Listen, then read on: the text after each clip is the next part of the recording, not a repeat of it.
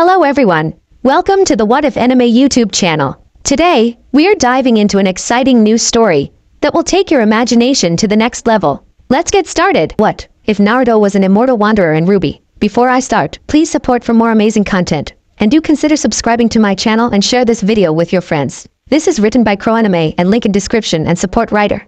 Let's start the video. Plunk, plunk, plunk. You know that's a little obnoxious, right? A blonde girl next to Naruto suddenly asked. Plunk. And you're doing it, why? I'm bored, Naruto responded with a shrug. Two pairs of eyes looked at him in disbelief. You are 5 minutes into a 10-minute flight to the best huntsman academy in the world and you're bored? Naruto glanced at the younger, cutesier girl. I get bored pretty easily. And I guess the academy is alright. As long as I get my license, I'm all good. More silent staring. Finally, the blonde rolled her eyes. Whatever, just stop throwing that ball at the wall. I'm trying to talk to my sister here. Naruto shrugged again, but didn't throw the ball again. He simply stood up and started walking away as the blonde started talking to her sister again. I just can't believe you got into Beacon 2 years early, RWBY. This is going to be so great. I swear. The voices of the two girls faded away as Naruto walked across to a window showing Beacon Academy in all of its glory. Finally, he was here. It had taken entirely too long to get here. His purpose? Naruto never did something without a purpose. He had a purpose now, more important than anything else. More important than becoming Hokage, more important than finding Sasuke and bringing him home, and more important than surviving the Akatsuki. The words echoed in his mind, and he would not forget a single syllable of them until his purpose was fulfilled. Naruto Uzumaki, I, Tsunade Senju, 5th Hokage of Konoha. Naruto quickly sidestepped an overexcited orange-haired girl as she nearly stumbled into him. Rennie, isn't this so exciting? I wonder if we will find a sloth. That would be so. Naruto rolled his eyes and focused back onto the school, whose landing pad they were approaching to land on. He quickly walked back to the seat he had located next to the two sisters, and grabbed his rather light travel bag. He made it to the front just in time for the door to open, and he swiftly walked out. He sidestepped a white-haired girl with a rage-fueling logo on her luggage, only to stop when the realization hit him of just who this girl was. 5th Hokage of Konoha, do hereby promote you to the rank of Tokubetsu Jonin, and hereby assign you the following mission. With a scowl, Naruto turned away from the snooty-looking girl that was currently checking each individual bag, and walked away at a faster pace than he probably should have. Shni, Naruto growled to himself as he disappeared behind a rather large tree. To any onlookers that truly paid attention to the teenager, they would have sworn they saw Naruto walk out from behind the tree at least 4 times, each wearing a different set of clothes. Not that it mattered. Nobody would catch Naruto. If they did, he would truly be obligated to kill them. This mission shall be classified as S rank, and will be treated with the highest discretion. Ajin's office, Naruto thought to himself as he looked up at the closest tower.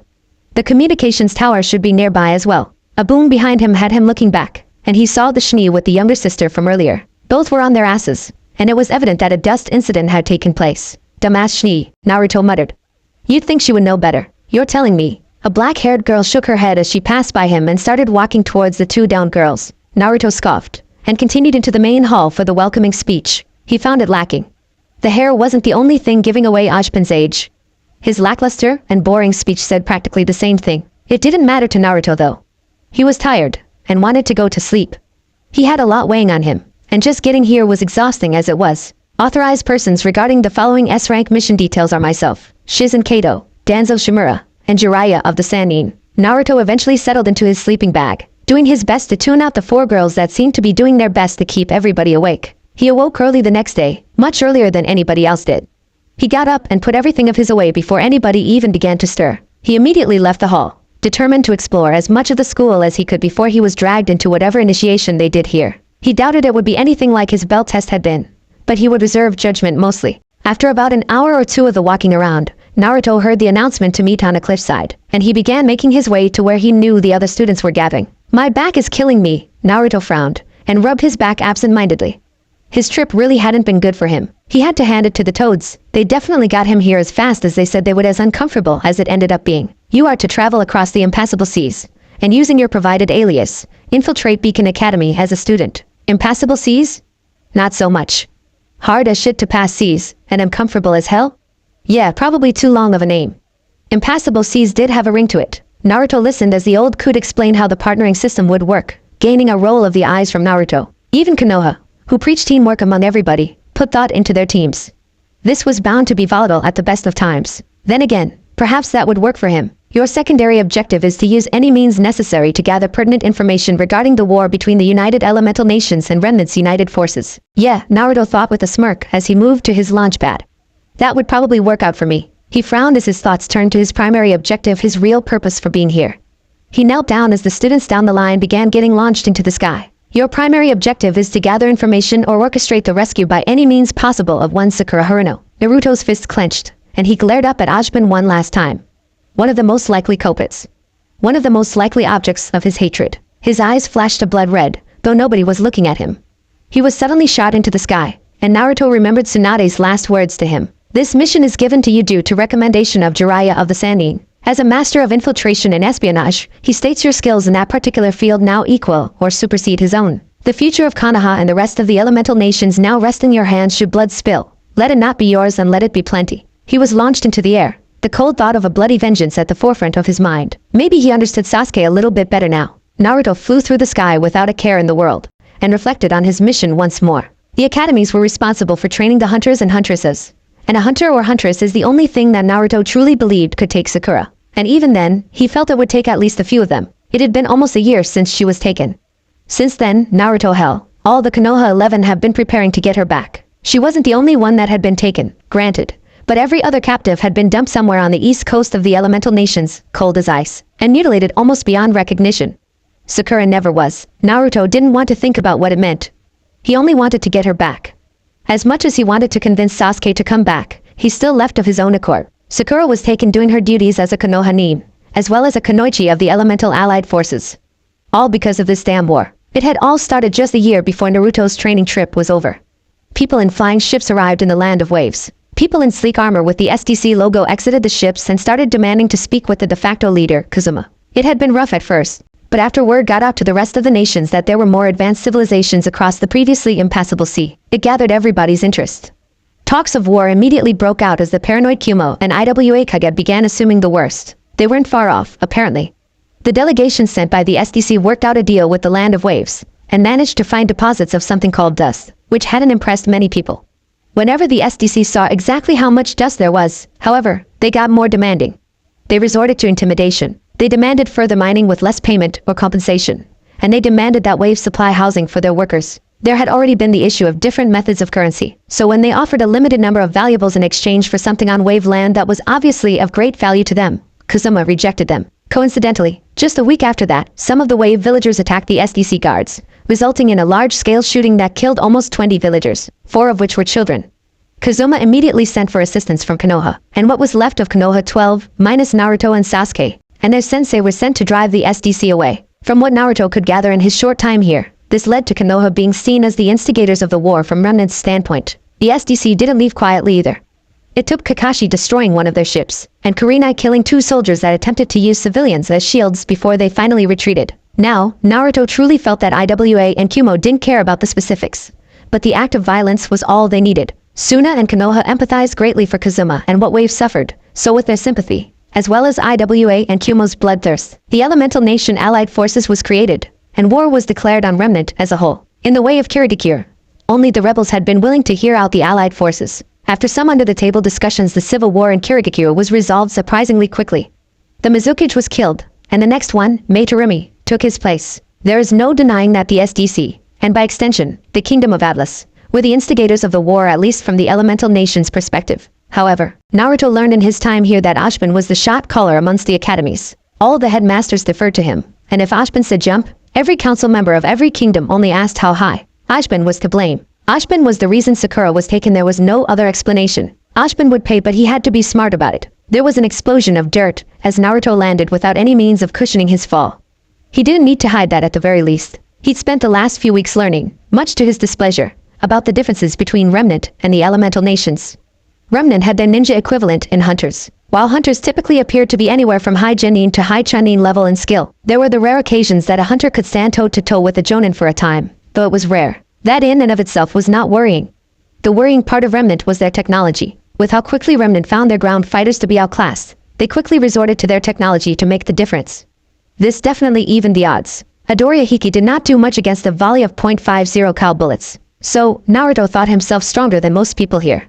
The issue with this was their aura. Each hunter and huntress only had one specific ability that they mastered throughout their lives. It's what limited them, but it also allowed there to be more of them. So, the problem lied therein what Naruto would claim to be his semblance. He wasn't always the smartest, But he was smart enough to decide to go with what would be the hardest to hide. With that in mind, he chose his semblance rather easily. Luckily, it made the need to hide his physical prowess obsolete. With these thoughts wrapped up in his mind, Naruto quickly fished out a pair of sunglasses and threw them on before dashing off into the distance. His speed was something that not many could keep up with, but definitely not his fastest pace. He had no clue who he would want his partner to be, but there were at least 3 he wanted to avoid of the ones he had gathered info on. Wise Schnee, enough said. Blake Belladonna, entirely too observant and a possible faunus. Her senses would make things difficult if he got too far in. Carden Winchester, if he killed the obnoxious brat, he would be too likely a suspect. Other than those 3, he didn't really have much of a preference. The blonde girl would be nice as it would give him somebody to joke around with. But he also wanted to avoid personal connections if at all possible. He wouldn't delude himself into the belief that everybody from Remnant was evil, but they were at war. He couldn't befriend somebody just to betray them. That would hurt more than anything he'd ever done to betray a friend even after his time in combat. It still went against everything he stood for. The only reason he even wanted this espionage mission was because of Sakura. Everything he learned from Jiraiya made him the second best infiltrator in Konoha. It was the ideals behind it that prevented him from doing such things happily. However, to gain people's trust, only to use everything they said around you against them, it felt low. He knew it would be unavoidable on this mission, but he didn't want to do such things to a good person. Maybe that young person would be best not to partner with. She sounded like a good enough person.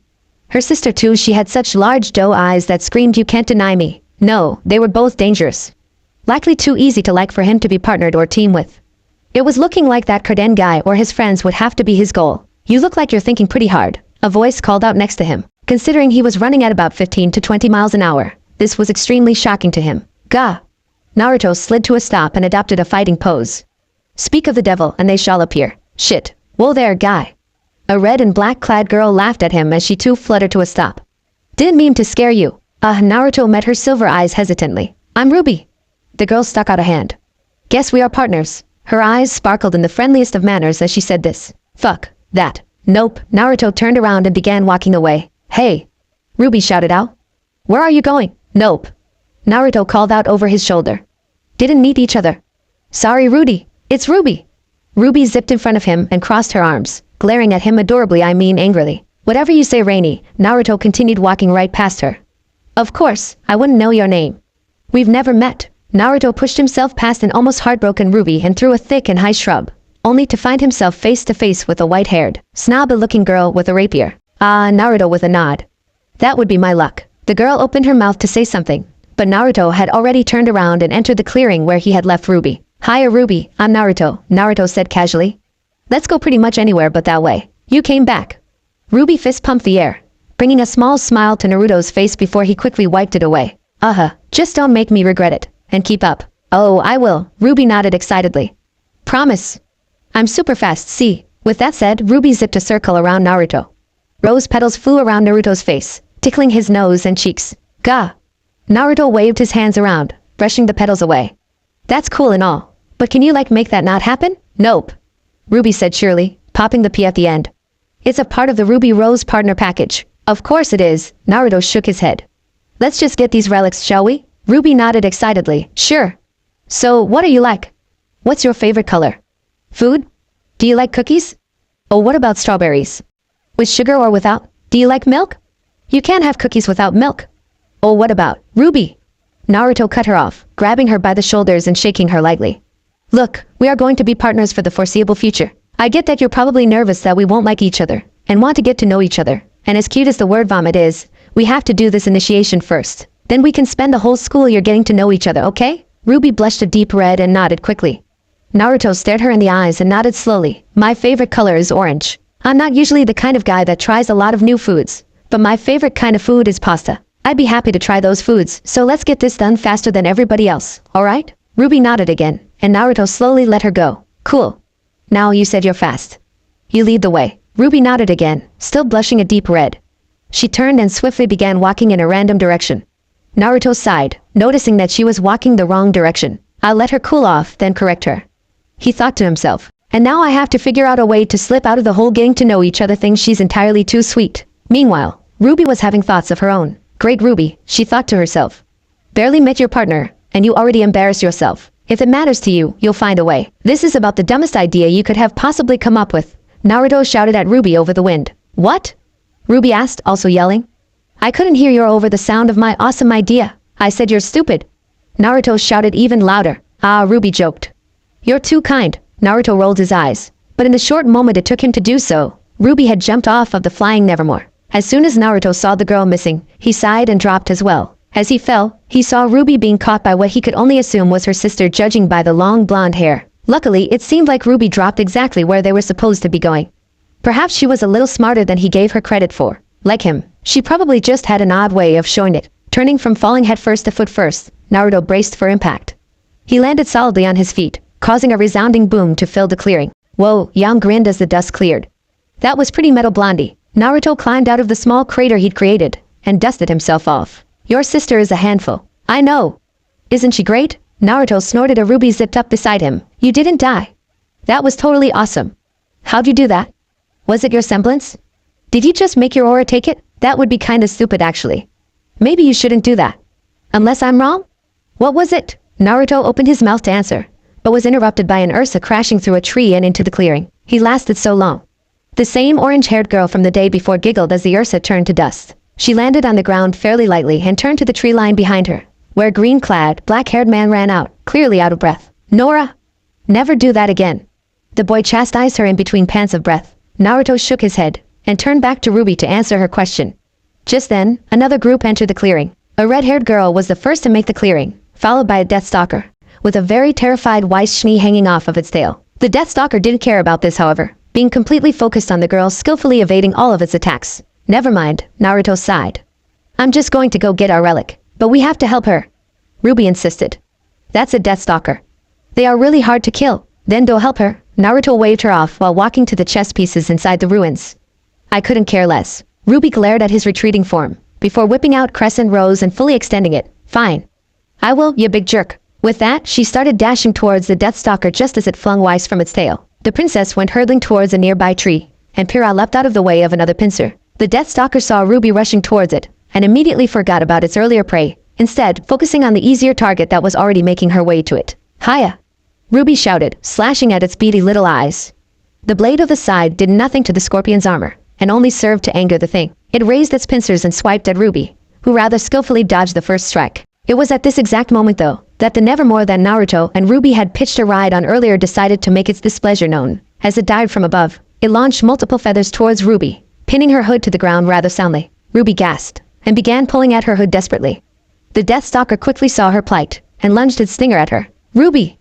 Yan shouted and started to run towards her sister even though she knew she wouldn't make it in time. Ruby screwed her eyes shut, bringing her aura forward to take the hit. She knew a direct hit like this would probably drain a lot of it, but she had no other choice at this point. Just when she thought the impact would be, she felt a gust of wind near her. The pain from impact never hit her, and she opened her eyes in confusion. You know, when I said go help her, I kind of meant without getting yourself killed. Naruto was standing in front of her, holding the stinger in his hands. He quickly kicked out with one foot, catching the front underside of the grim and lifting it almost a foot off the ground. He then switched his feet, kicking with the other leg and launching the Deathstalker back a few feet. It stumbled side to side in a daze, trying to regain its bearings. I mean, what were you thinking? Naruto turned to look at her, his hands on his hips. Ruby couldn't see his eyes behind his glasses, but she knew they were reflecting disappointment. Hi, Ruby started to say, but couldn't bring words to her mouth. Look, Rose, Naruto shook his head. You're fast, and you're obviously good if you got accepted 2 years early. Everybody has their strengths and weaknesses, so don't forget yours just because you want to impress people. You're going to need a lot more force to get through that armor than a bladed weapon can get you. Ruby nodded, and Naruto leaned down, pulling the feathers out of her hood and yanking her to her feet. So, with that in mind, what do you think we should do? Naruto asked as he glanced over at Weiss disdainfully. Luckily, the girl already knew what should be done. She leapt off the tree and towards the Deathstalker. A few seconds later, the Deathstalker was encased in a large amount of ice. It would hold it for a few minutes at least. Well, Ruby said, we have all of our relics, so there's no point in hanging out. We probably shouldn't fight both a Deathstalker and a Nevermore, so let's just get out of here. Good plan, Naruto smiled. After you, Squirt. Ruby groaned, then zipped towards the top of a nearby hill. Come on, guys.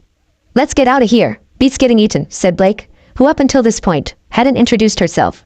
She appeared to be partnered with Yang, however. Naruto nodded in agreement. Let's go then. They traveled as far and fast as they could, and made it all the way to the cliffside nearest to Beacon before the Deathstalker caught up and they ran out of foliage to conceal them from the Nevermore. How do you guys want to split this up? Naruto asked as the Nevermore perched itself on the temple hanging over a ravine. I'm no good at range, Rin shrugged. I'm sticking with Rennie, Nora nudged her friend. Plus, Mjolnir should work good on the Deathstalker. Should work well, Rin muttered to correct her. But Nora ignored him. My eyes should work well on the Deathstalker as well, Wise said haughtily. And with Pyrrha as my partner, I feel that she should work with me as well. Naruto rolled his eyes, wonderful. That leaves the Flying Grim with a scythe wielder, 2 tanks, and a bow-wearing ninja. Everybody's eyes snapped towards him. Not a ninja. Ruby hissed, her eyes narrowing at him angrily.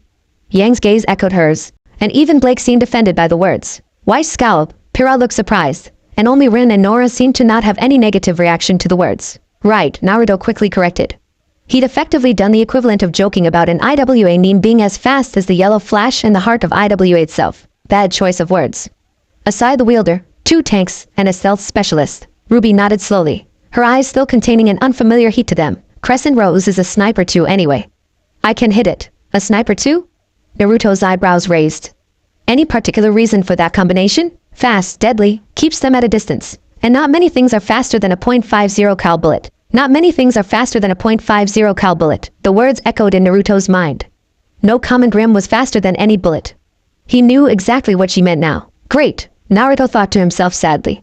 He would try not to think less of them, but it reaffirmed his belief that a narrative painting the elemental nations in a bad light was being spun in Remnant just as the opposite happened in the elemental nations. He almost wondered which was the truth. The reminder of Sakura's kidnapping easily told him his answer, however. His truth was the truth. Sakura was kidnapped, end of story. Kingdoms would burn if they had to regardless of who their citizens were. And how did you know I was a stealth specialist? Blake asked curiously. Naruto shrugged, you're light on your feet, you carry a light weapon, and you're good at blending into a crowd. It's something I've only ever really seen in stealth specialists, and them. He had to play his part, as difficult as it may be. Words like ninja, shinobi, kunoichi, he couldn't casually throw them around without a negative connotation anymore. He had to make sure he kept up his act. It had been so long since he'd done any espionage training with Jiraiya that he'd almost forgotten the most important lesson. Submerge yourself into your character. Become what you're supposed to be. In IWA, you have to hate Konoha. In the mist, hate those with Kekkei Genkai. In the land of iron, you need to be the utmost respectful. Above all else, remember what and who surrounds you, and never speak before you think. Them? Ruby asked with a scowl. Yes, Naruto nodded. The Deathstalker crashed through the trees behind them, indicating that their time was up. Let's finish this first. Ruby nodded hesitantly, and everybody burst into motion. Weiss, Pyrrha, Rin, and Nora immediately moved to engage the Deathstalker, while Naruto, Ruby, Yang, and Blake ran towards the Nevermore still perched on the temple. Ruby deployed Crescent Rose, and Naruto immediately grabbed it as close to the top of the shaft. Eh? Ruby stared at his hand in shock. Ready to fly? Naruto smirked. As soon as he saw Ruby's returning playful grin, Naruto spun. He dragged Ruby around in 2 quick spins by Crescent Rose's shaft, before letting go and launching her at the Nevermore. Yoo-hoo! Ruby shouted in joy as she continued to spin. Crescent Rose came crashing down into the Nevermore's chest, cutting deeply, but not enough to finish the job. Whoa! Ruby shouted as the Nevermore flapped its wings in rage. She quickly fluttered down to the bridge connecting the temple to the clearing just as Naruto, Yang, and Blake arrived. That was awesome! Ruby giggled. Is that your semblance? Naruto nodded, in a manner of speaking. Let's finish this thing quick. The Nevermore took off, quickly circling around the temple and looking for an opening to pelt the team with its feathers. Blake. Yan looked at the girl. Can you launch me at it with that ribbon of yours? Blake rolled her eyes, but grabbed her weapon. Can't you just have Naruto do it? He can't handle me. Yan said cockily as she grabbed the ribbon. Blake began winding up, preparing to launch her over the side of the bridge. You're right, Naruto nodded. Too top heavy. Why you little? And she was gone, over the side of the rail. Blake's superb agility gained as much momentum as possible for Yan, before slinging her directly into the Nevermore's mouth. Think I made her mad? Naruto asked Ruby as they watched Yang send shell after shell down the Nevermore's gullet. Probably, Ruby shrugged. But it helps her fight. Naruto nodded, good to know. I'll keep that one in my back pocket. She might kill you. She might try. That earned him a giggle. The Nevermore came crashing down on the other side of the temple, shaking the entire structure. Naruto and Ruby immediately began running towards it while Yang gained distance. They stopped once Ruby got in a proper position to shoot it. I have an idea. Ruby shouted in between shots aimed for the Nevermore's eyes. Is it a good one? Naruto responded, waiting to hear said plan. I hope so. Ruby fired one last shot. None landed in the eyes, but there was no denying they pissed the bird off. How strong are you? Naruto smirked, and Ruby got to explaining her plan. It was rough, but luckily Naruto was good enough to circumvent the issues. Ruby stayed in position, while Naruto stilled for a moment. After only a few seconds, Naruto began sprinting towards the Nevermore. Behind him, Ruby loaded gravity dust rounds into Crescent Rose before following closely behind him. Naruto leapt towards the Nevermore's center, and landed a hit directly into its chest. Do birds have chests? And in an unimaginable display of strength, launched it directly towards the top of the cliff. It crashed into the top of the cliffside with a surprising amount of speed. Naruto immediately reached backwards with his palm up, just in time for the front of Ruby's belt line to land on it. Naruto quickly grabbed onto the belt, before throwing her like a football directly at the down Nevermore. Ruby began shooting round after round of gravity dust, gaining more and more momentum. Eventually, she reached the Nevermore and hooked crescent rows around its neck. With one final shot, she drove the blade through, completely decapitating the oversized bird. As the decapitated body of the Grim fell down the ravine, slowly dissipating into dust, Ruby made her way to the edge of the cliff, and waved down at her teammates. Well, she isn't bad, Naruto thought. She had no way of knowing it would work, but our skills compensated for it. I don't like that she made me use a little senjutsu for it, but if I had just killed it by myself, she'd have probably felt a little left out. He looked behind him to see Weiss, Pyrrha, Ren, and Nora approaching them. They all looked a little winded, but didn't seem to be any worse for wear. Well, that was fun, Nora grinned excitedly. Alright, so maybe they didn't all look winded. I guess so, Naruto shrugged, only for somebody to nudge his shoulder. He turned to see Ruby, who had jumped down from the cliff back down to them. You know it was fun, Ruby chirped in a sing-song voice. Now let's get these relics up there so we can be real students. Naruto smiled despite himself. Her cheery disposition might be even more infectious than his was. Nevermore does a heart heal but with a kindred soul. Ruby Rose, Naruto Urobline, Blake Belladonna, and Yan Zheolong you will be named Team Ruby, with your leader being Ruby Rose. Ruby blinked up at Ashbin, while Naruto looked entirely unimpressed at Ashbin. The girl was smart, but it was a gamble to name her leader. She had the qualities, but nowhere near the experience. Luckily, with Yan being the sister, Blake not giving a single shit, and Naruto being able to look past age, it shouldn't be a problem with said team. Still, Naruto thought it was an odd call to make a 15-year-old in charge of two 17-year-olds, and a 16-year-old, not that they knew he was a year younger anyway. Naruto supposed it didn't matter. After all, Kakashi and Itachi had both been placed in the highest-ranking group in Konoha at exceptionally young ages. It was possible. Piran Nikos, Lyrin, Weiss Schnee, and Nora Valkyrie you shall be Team PRWN, Periwinkle. And yes, I know it's not the most original. It's just the easiest to work with that is still related to a color. And you will be led by Piran Nikos. Weiss didn't look particularly happy about this, but she seemed to accept it after a moment. You will now be shown to your dorms. Ashbin wrapped up the initiation ceremony. Professor Goodwich will be explaining school rules and scheduling on the way. Have a good night. The stern-looking woman waved her riding crop, beckoning the students to follow her. Team RWBY and PRWN arrived at their dorms last, with Glinda taking turns glaring at each team. It would do well for you to remember that you are all adults here. Failure of a member of a team means the failure of the entire team. Do your teammates the proper respect of trying your hardest. It is also worth noting that all of you are adults, or at least were recognized in the eyes of Valian law as such the second you completed initiation. Should any tomfoolery happen with any teammates or other students, you are not allowed to allow it to disturb the peace of the dorms, but everything else will be considered a personal matter and should be handled as such. You should all be mature enough to understand these things. To the women, keep in mind that a pregnant woman is not allowed to continue classes here, as they are much too dangerous. Are we clear? Naruto and Rin, even as the only two men, were easily the most stoic about these things, and nodded in an almost lazy manner. The women, bar Yang and Blake, all turned varying shades of red as the implication set in. Glinda gave them all another stern look, before turning and walking away without another word. Hear that, Blondie? Yan nudged Naruto. Don't be getting any pervy ideas being locked in a room together with three hotties. Naruto stared blankly at her, before turning to look at Blake and Ruby. He looked all three of them up and down a few times, almost to the point of creeping them out. He then took out his scroll and buzzed himself into the dorm room. I only see two, he said dully as he entered the room. Well, I guess I could be the third, but the way you referred to it obviously meant other than me. Huh? Ruby blinked. Excuse me? Blake recoiled. The hell is that supposed to mean? Yam glared at his back as he entered the room. You guys cool with me taking first shower?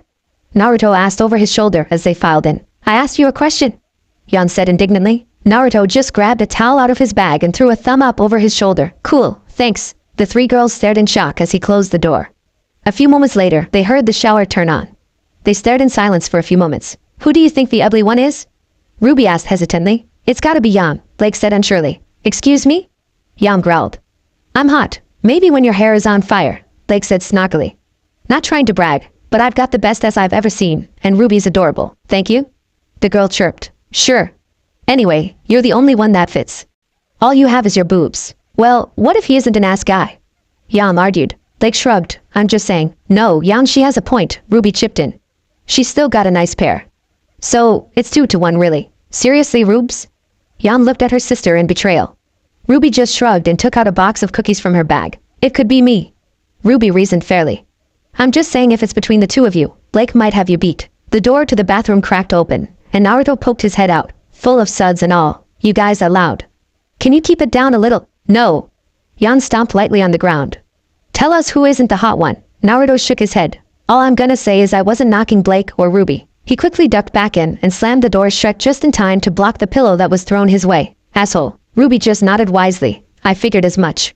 It was only a matter of time, really. Yan turned to glare at her sister. And just what is that? It was only a matter of time that my looks surpassed yours. You might be older, but realistically, I was always going to take the lead. And how do you figure that?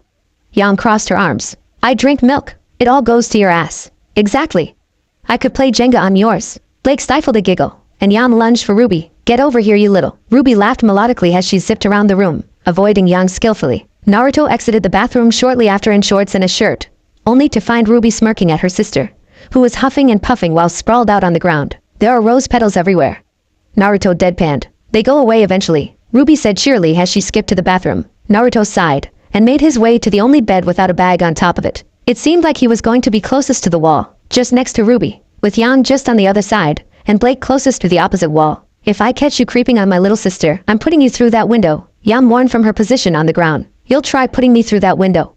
Naruto corrected. And I don't creep, so there's nothing to worry about there. Try. Yan sat up.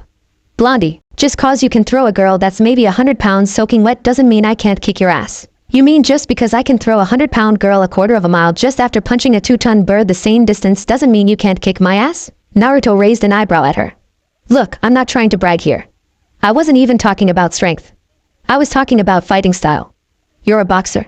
I'm a fighter. I just win. Yang rolled her eyes. What's the difference? You have 2 weapons, Naruto said, holding up his fists as examples. I have 4. TCH, Yang rolled her eyes. We will see about that. Maybe, Naruto said, crawling into his bed. I'm beat. I'll see y'all in the morning. Night, Blake muttered, absorbed in a book on her own bed. Yan said nothing, simply planning on ways to beat Naruto into the ground should he not treat her sister with respect. Partner or not, RWBY eventually came out of the shower, and Yan finally dragged herself off the ground and into the bathroom. Ah, RWBY sighed in happiness as she laid on the bed. This bed is comfortable. Naruto mumbled from under the covers. Blake said nothing, and just turned a page. Hey Naruto, Blake said after turning a few more pages. Naruto responded sleepily. Who's really the ugly one? Naruto rolled over and pulled the covers down just enough to glare at Blake. Seriously? Blake shrugged, but didn't take her eyes off her book. I'm just curious. Naruto rolled his eyes. You're all gorgeous. Hard not to be at least attractive in this line of work. You and Yam are both hot. RWBY is cute. There's a difference. Can't tell Yam that though. She sounds like she needs to be brought down a peg or 3. Blake snorted quietly as she turned another page. I figured. Hey. RWBY whined.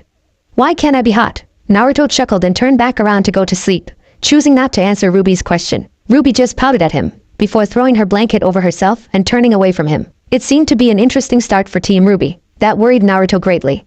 He knew he would be in for a lot of work constantly trying to remind himself not to grow too attached. Why couldn't they have all been bitchy?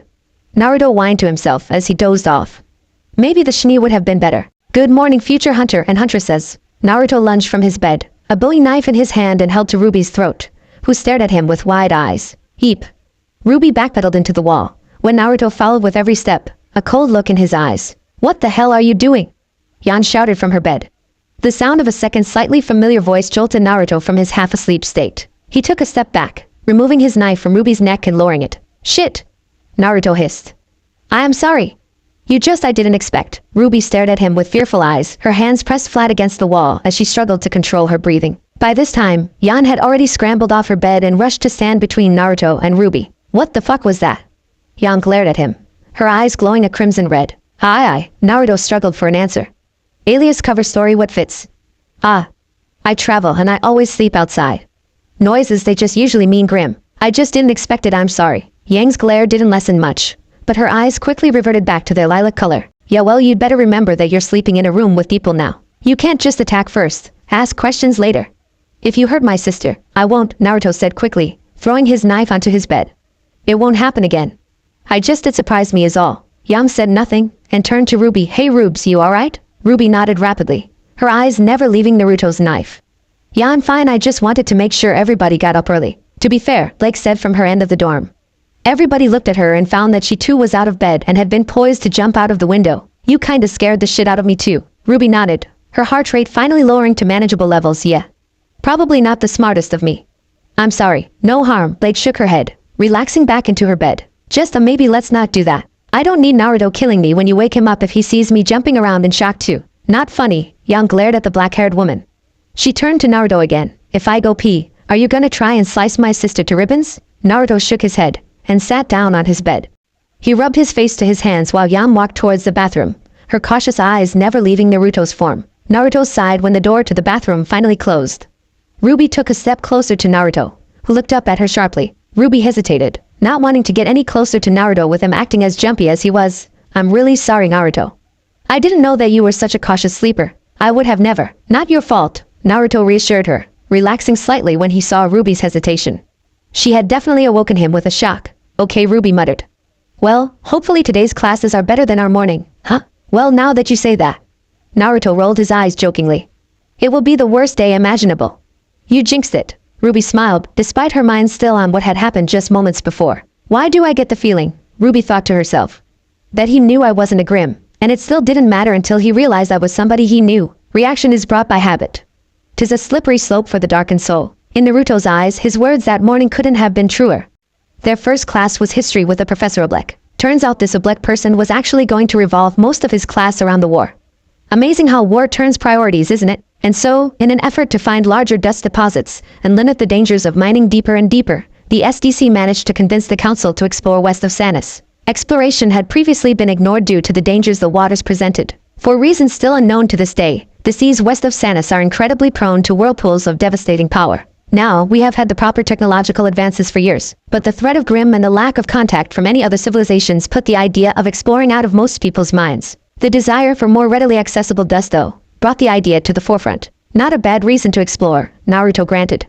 Working conditions for Faunus workers and the threat of the Grimm were definitely good reasons. The elemental nations were still unsure as to why the Grimm have never been spotted on their continent, but the fact remained that they did not have the same issue as Remnant did. So, the SDC exploration unit found themselves landing in a much larger piece of land than anybody ever expected. This was later known to be called by the elemental nations as the Land of Waves, informed us.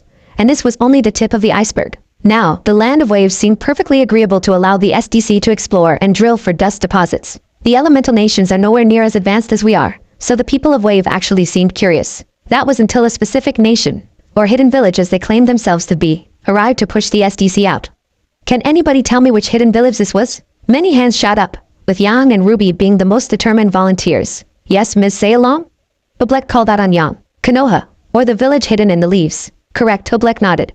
Konoha claimed themselves to be allied with the Land of Waves, and ordered the SDC to depart immediately. Having had no prompting from Wave that they needed to leave, the leaders of the expedition denied Konoha's demands. This was when Konoha gave us the first taste of what they are capable of. Does anybody know the fundamental differences between our methods of fighting as hunters, and their methods of fighting as shinobi, or ninja? Less hands shot up, but still plenty. Weiss was called upon this time. The people of the elemental nations use an energy they call chakra, whereas we use aura. Aura is primarily defensive in nature, while chakra has been found to be offensive in nature. Indeed, Oblek smiled. Now, does anybody know what the actual differences are? When nobody raised their hand, Oblek nodded. I thought not. This is new research in fact, so I would have been surprised if any of you didn't know. Research has shown that aura is in fact two separate forces in our body. One source of energy heals us and shields us from damage, while another takes form in something that represents us, which we call a semblance. This is fairly simple and easy for hunters and huntresses to manage, with training of course. Chakra, however, is a culmination of these two forces, which allows more unique things to be done with it. This does, though, seem to have the drawback of not having many protective properties unless shinobi are trained to actively achieve such a property with their chakra. So, it's the same energy? Blake asked suddenly. Oblek nodded. That is what new research has shown us, yes. It all seems to come from our soul. And how was that revealed to you all? Naruto thought bitterly.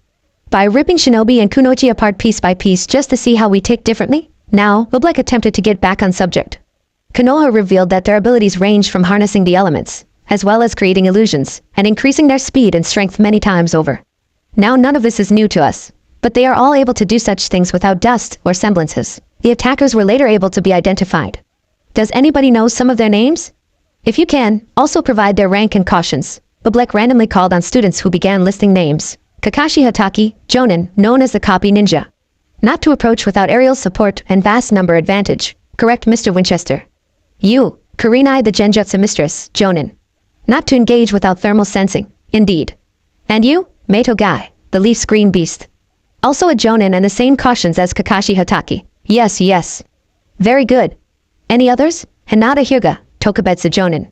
Konoha's twin lion, not to be engaged in close combat under any circumstances. Stealth is impossible around Hyuga, as there are no portable means of concealment from their Byakugan. Their fighting style is called the Gentle Fist. While not as effective against aura users as it's been reported to be against other shinobi, they are able to bypass our aura and directly damage our internal organs. This was answered by RWBY, surprisingly. To have such knowledge about lower-ranking Konoha ninja was rare for somebody not actively involved in the war, at least as far as Naruto knew. There's nothing gentle about that witch. Naruto heard Weiss grumble under her breath behind him. Yes, so Black blinked, obviously not hearing Weiss' comment. I'm surprised you know that. Indeed, a family member of hers, Niji Hyuga, was also present and he is given the same cautions, although Hinata Hyuga is widely considered more deadly than him, as the particular twist to her fighting style that gave her said moniker allows her to drain an individual's aura and add to her own strength. Any others other than Miss Rose? When nobody raised their hand, Bublek nodded. Information on a village's ninja is limited if they are not in the bingo book. Luckily, most ninja are added to the bingo book after they achieve the rank of Chunin. Prior to war with Remnant, it was the village's way of removing threats without declaring war. Bounties were put on strong ninja and if met on the battlefield, combat between them usually ensued. Now, after driving the SDC expedition away, Konoha seemed to be one of the more docile villages, suggesting that they really only cared that we were on their allies' land. After the start of the war, however, this changed. Is there anybody here that is informed on Konoha as a whole? Ruby's hand shot up, and based on the cold look in her eye, Naruto knew she wouldn't be having anything nice to say. Yes, Miss Rose? Bublek frowned as he called on her. From what I've read of our information gathered from the elemental nations, Konoha remains the only village that has not lost any of the great shinobi wars. Konoha was also the first village to be founded. Recent history proves that Konoha has most likely maintained their victory from their own bloodthirsty methods. They maintained the best record during wars, have had entire clans killed off within their own walls, and bounced back from an attack by the Cubian race that shouldn't have been possible. This suggests that they breed children specifically for war, and base their entire societal hierarchy solely on combat. That's not proven, Oblek frowned.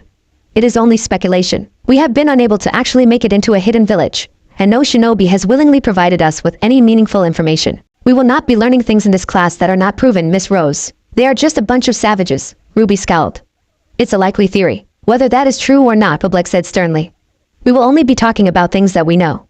Now, do you wish to continue objectively, or shall I explain instead? Fine, Ruby huffed.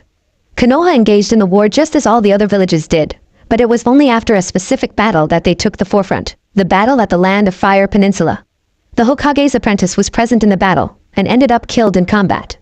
After that, Ruby hesitated, and Yan reached over and placed her hand on Ruby's shoulder in support. Naruto frowned at his partner. Even Oblek seemed like he was going to take pity on her and ask somebody else.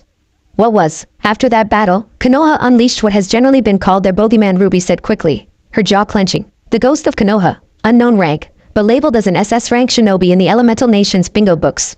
No known name, no known description. There are no cautions for him, because you will never see him coming. Only one person has escaped from him, and even that survivor has no good description of the man. He typically only attacks hunters and whatever soldiers are with the hunters.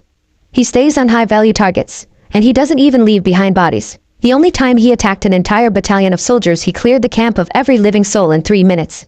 No bodies, no blood, nothing. Oblek nodded, and Ruby finished up. No scans reveal him, and he always attacks alone. Every soldier or hunter that deploys to the Elemental Nations is informed that should they go missing, they will be presumed dead immediately. The identity of Konoha's bogeyman is unknown even to Konoha ninja.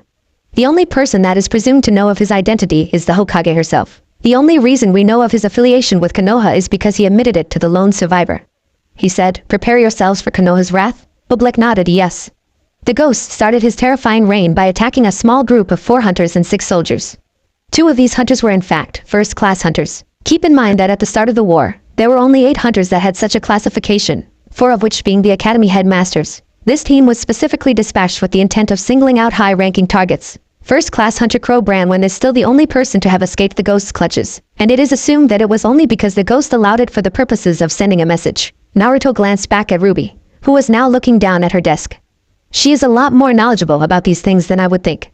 They have a lot right here though. The ghost was Konoha's response to Sakura's kidnapping, and Granny is definitely tight-lipped about who the ghost is. It also seems like Remnant is pushing that Sakura died during the battle rather than being captured. Curious, Naruto shoved thoughts of Ruby's obsession with Konoha to the back of his mind. Naruto had convinced himself that most people here hated the elemental nations well before he got here. The reputation of the ghost would have only made Konoha a little more hated than the others. It was to be expected, as much as it irked Naruto. Combat-driven society, Naruto rolled his eyes. Well, kind of true, but she makes us sound like animals. Now, Konoha is widely regarded as the largest threat in this war, as they seem to be the most vengeful of their losses. Moving on from them, we change our focus to Kiri. Now, Kiri is in fact the closest village to Remnant's landmasses. The only reason we actually landed on Wave as we did is due to energy readings from Naruto tuned to blackout at this point. He knew more about the elemental nations than anybody here, so there was really no point. Instead, he looked at Ruby and Yan, who seemed to be paying much more attention than he would have expected. Eventually, he shrugged it off. It wasn't his job to worry about them. Wasn't he trying to keep his distance anyway? Hatred is often a product of fear or loss. Come on! Ruby pulled at Naruto's sleeve. It's time for combat class. I want to see you actually fight. Why would they schedule combat class right after lunch? Naruto sighed. I'm too full for that. Then why did you eat so much? Blake said from beside him. Naruto glared at her slightly. It wasn't my choice. You said you'd try everything. Ruby smiled cheekily. I didn't mean all at one time. You gotta be specific about these things with Ruby, Yan snarked. Naruto rolled his eyes as he rubbed his stomach. I can see that. They eventually made it to Guvich's class, and sat in the stands surrounding the arena below. Good to see none of you are starting the afternoon with tardiness, Glinda said as she walked to the middle of the arena. Combat class is most likely what you would expect, but that does not mean you are allowed to slack off. Improvement is expected here. Even the best combat specialists have things they need to work on. If I give you places to improve on, I fully expect you to give it your best effort. Any questions? Nobody said anything, and Glinda continued, fantastic. Now, rules are as follows. Once the buzzer sounds, you are to stop fighting immediately. The buzzer will either be due to ring out, or a shortage, or time limit. I understand we all have aura here, but nobody is to deliberately aim for potentially fatal hits, especially if you know your opponent's aura not to be strong or low. I expect everybody to maintain a certain level of forethought and exercise proper cautions. Violations of any of these rules will result in severe discipline, if not immediate expulsion. Are we understood? Everybody nodded, and Givich turned to her scroll. Good. Then we will start the day off with a spar. Are any of you interested in the first spar of the year? Nobody looked particularly excited to start off the fighting. That was, until Yang decided she couldn't handle waiting anymore. She raised her hand, and Glinda called on her. Zaolong. Alright, who would you like your opponent to be? Naruto sighed in defeat before Yang even pointed at him, causing Ruby to giggle beside him. Can you call off your sister? Naruto whined. Ruby just giggled again and shook her head. Mr. RWBY, Glinda called out. Ms. Zaolong has requested you be her opponent. While it is unusual to request a fight among teammates, it is a reasonable request. Do you accept? Naruto sighed again as he stood. Fine. Why not? It wasn't too much later that Yang and Naruto were facing each other on the arena floor. Remember the rules, Glinda reiterated. Start on the buzzer. With a flick of her wrists, Ember Celica deployed on Yang's arms. She brought her hands up in a boxing stance, and Naruto just looked up at the aura gauge meter on the screen above them. It's a good thing Junior was able to get that working. I really thought he would fuck it up. He thought as he looked back at Yang. The buzzer sounded, and Naruto immediately began backpedaling as Yang advanced on him, swinging with every step. With impressive agility, Naruto weaved through every strike. He bobbed and weaved through at least 20 punches before Yang finally gave up and took a step back. You gonna hit me? Yang asked in an annoyed tone. Naruto shrugged in response. You're the one that challenged me. I figured you would at least make it interesting. Yang launched herself at him once again, shooting punch after punch his way. Naruto just continued dodging and weaving around her punches until he felt like Yang had properly worn herself out. Stage 2, Naruto said as he ducked under a particular punch that Yang had overextended a bit. Yang's eyes widened as Naruto gained a shell of blue aura around his body. With a twist of his feet, he planted a heel directly in Yang's gut, launching her back multiple feet and almost to the edge of the arena. Naruto straightened out while Yang sank to the floor and cradled her stomach. She shook as her diaphragm spasmed and refused to let her breathe. After a few seconds, she successfully gasped a breath of air. She heaved for a few seconds before glaring at Naruto with bright crimson eyes. She jumped to her feet and started running towards him. Halfway to him, her hair burst into flames, and Naruto could feel the power building in her next attack. She reached her last few steps and raised an arm to strike. Naruto stepped forward and jabbed his knuckle into her approaching arm's bicep. Yan yelped as her arm went limp before her aura could fix the paralyzed nerve. The damage was done, however. Naruto used Yang's forward momentum and hip-tossed Yang to the ground. The girl landed with an oof of air escaping her lungs. Naruto jabbed out with a hand towards Yang's face, and Yang screwed her eyes shut in anticipation. A crack of concrete told her his punch had landed, but not on her face. She opened her eyes, and saw that Naruto had struck the ground next to her head, successfully sending a webbing of cracks a foot in every direction. We done? Naruto's eyes bored into her. Yan knew her aura was still good for a decent amount of fighting, but he'd proven what he needed to. She'd never been dominated in a fight like this, at least not by a peer. Why yeah, Yang stuttered out. With an audible gulp, she added, "I'm good." Naruto rolled his eyes and pulled Yan to her feet. What? No flirty comments? Yan just shook her head meekly. Am I correct in assuming that Mr. RWBY won by forfeit? Glinda asked in an annoyed tone from the sidelines. Yep. Yan chirped before turning around and speed walking to the locker room with an odd stiffness to her legs. Naruto just sighed and returned to the stands. Luckily, he had no weapon to put up. You kicked her ass, Blake said stoically. Ruby nodded excitedly. I've never seen anybody beat Yang that quick. Well, other than our dad. How did you do it? How are you so good at fighting? Naruto shrugged. I've spent a lot of time in the straw. I learned from a wandering martial artist that took me in. He taught kung fu, but I got into a lot of scraps as a kid, and after I unlocked my semblance, I had to change it up quite a bit. It's a lot more direct and physical, but I made it work for me. It's basically a bastardized martial art at this point. What even is your semblance? Yang asked as she rejoined her team. The questioning looks from Blake and Ruby told him that he wouldn't get away with not answering. Luckily, just like with his Mistral backstory, he knew what to say. I call it the Deadly Trinity. Naruto smiled. I've been told it's one of the more impressive semblances. My strength, speed, and reflexes are about 3 times as strong as what my body would typically be for the average person. That's just my base level, or what I call stage 1. Stage 2 square stage 1, putting me at about 9 times that.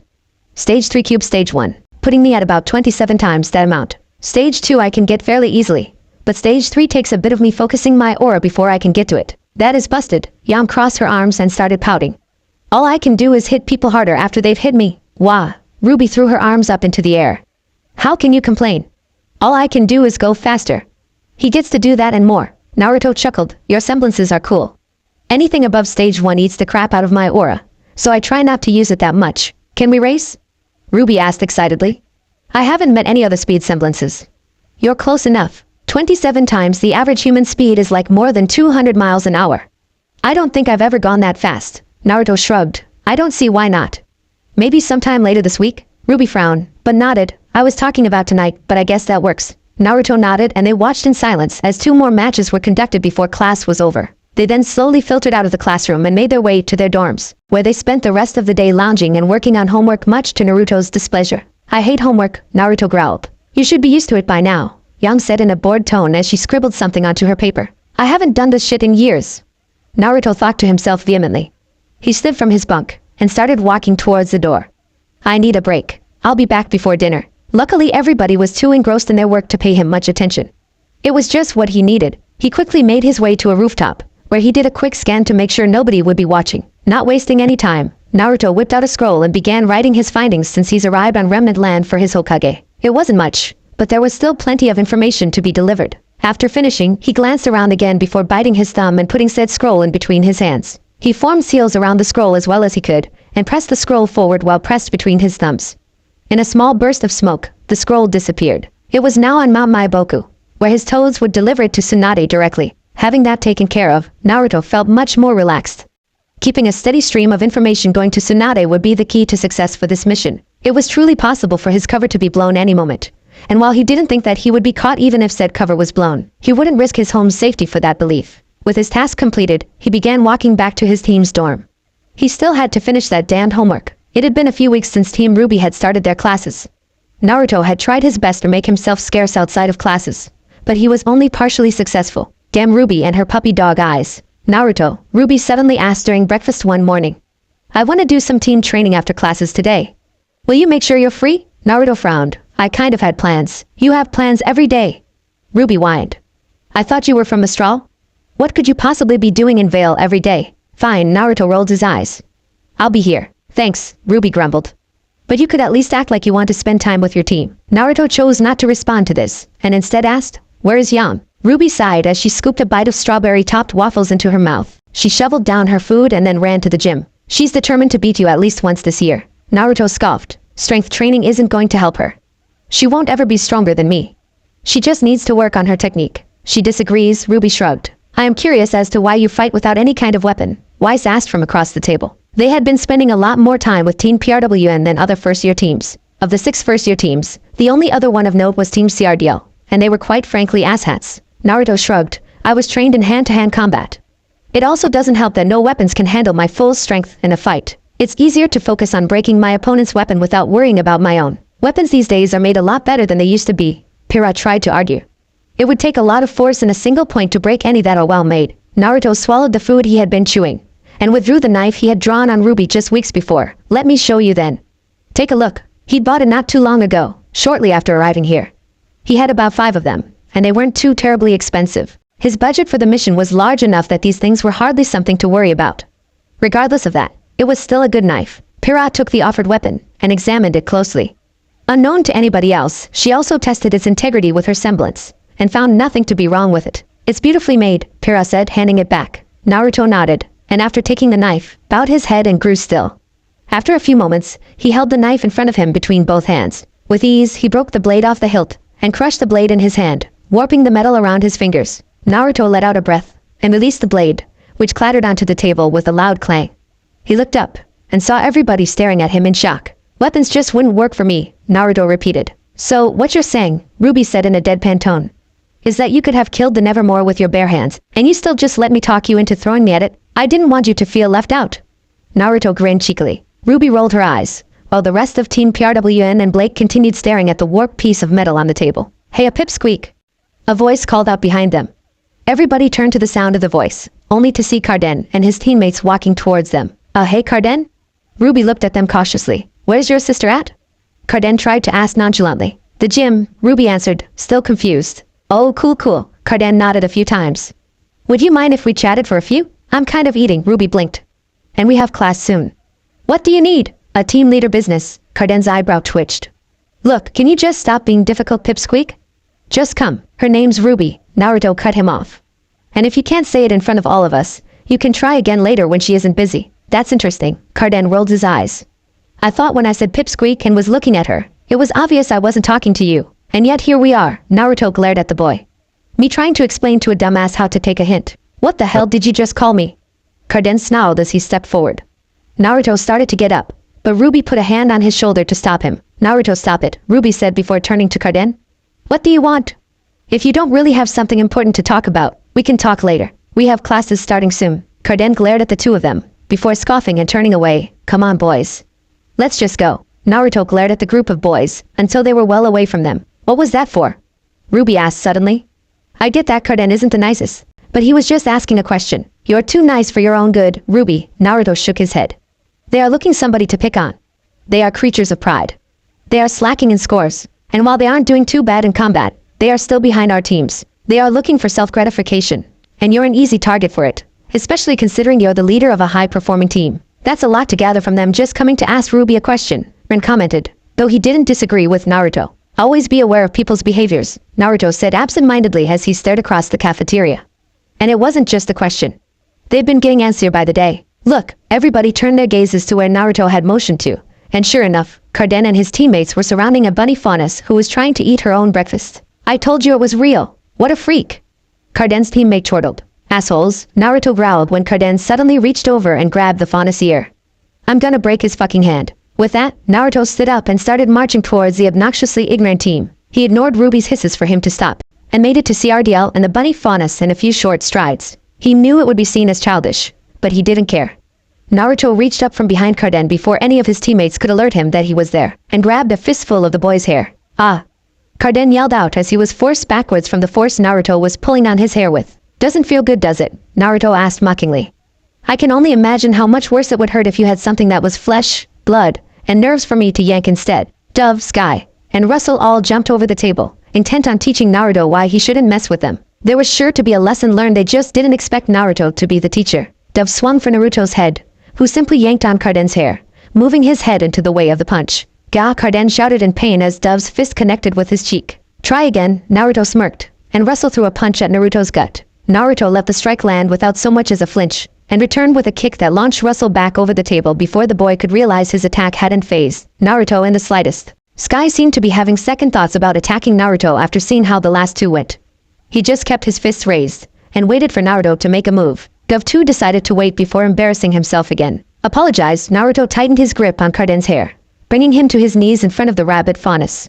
Fuck you, man. Naruto jabbed a thumb into Carden's collarbone, earning a pain-filled squeal. I said apologize? Mister, you were blind. Glinda Guwich's voice echoed through the cafeteria. Naruto looked up towards the woman. Release him this instant. No can do, Professor. Naruto shook his head.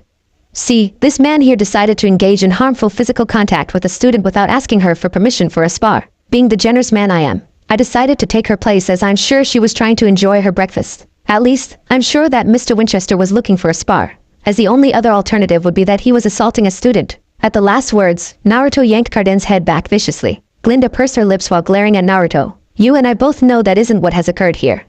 Release him now. But if you know that, Professor, then why didn't you intervene sooner? Naruto raised an eyebrow. Glinda narrowed her eyes and drew her riding crop. Mr. RWBY, release Mr. Winchester or I will release him for you. She was met with a glare for a moment, and just as she was about to carry through with her promise, Naruto made his decision. He scowled, but let the boy go. He leaned down to whisper into the boy's ear. If I find out that you haven't apologized to her by our next combat class on Monday, I'll personally challenge you and make you wish that you did. Carden didn't answer, too embarrassed to risk meeting anybody's eye in the cafeteria. Naruto ignored him, as well as everybody else staring at them, and turned to the faunus who was still looking rather shocked about the whole thing. Hey, Naruto said gently. Are you alright? Do your ears hurt? The girl shook her head. I am fine. I just didn't want to. I know, Naruto smiled. You're a second year. I know you could have handled it no problem. I just didn't want you to have to. The girl blushed slightly, then nodded. And my name's Velvet. Nice to meet you, Velvet. Naruto held out a hand, which she took. My name's Naruto. Velvet nodded. Thank you again. Naruto nodded, before turning to walk back to his team. Mr. RWBY, you will be having a meeting with the headmaster and I in 30 minutes. Glinda hissed at him as he passed by. Naruto locked eyes with her as he passed her, but otherwise barely acknowledging her existence. He made it back to his table and retook his seat next to RWBY. As he was sitting down, he saw Glinda start walking off in a huff. That was a stupid risk, Weiss scoffed. Nowhere near worth it. In what world is putting an arrogant prick in his place not worth it? Naruto raised an eyebrow as he sat back down. Behind him, Glinda huffed and marched away. I'll take the slap on the wrist from Goodwitch and the old fart if it means Carden doesn't harass anybody else. If that faunus had a problem, she should have handled it herself. Weiss shook her head. Getting yourself involved in other people's problems will only lead to trouble. Your primary focus should be yourself and your team. What a privileged mindset, Naruto scoffed. Excuse me? Weiss asked. What is that supposed to mean? Exactly what it sounded like. Naruto rolled his eyes. You're right, I'm my team and I need to be my first priority. But to just write everything else off is something you can't always afford to do.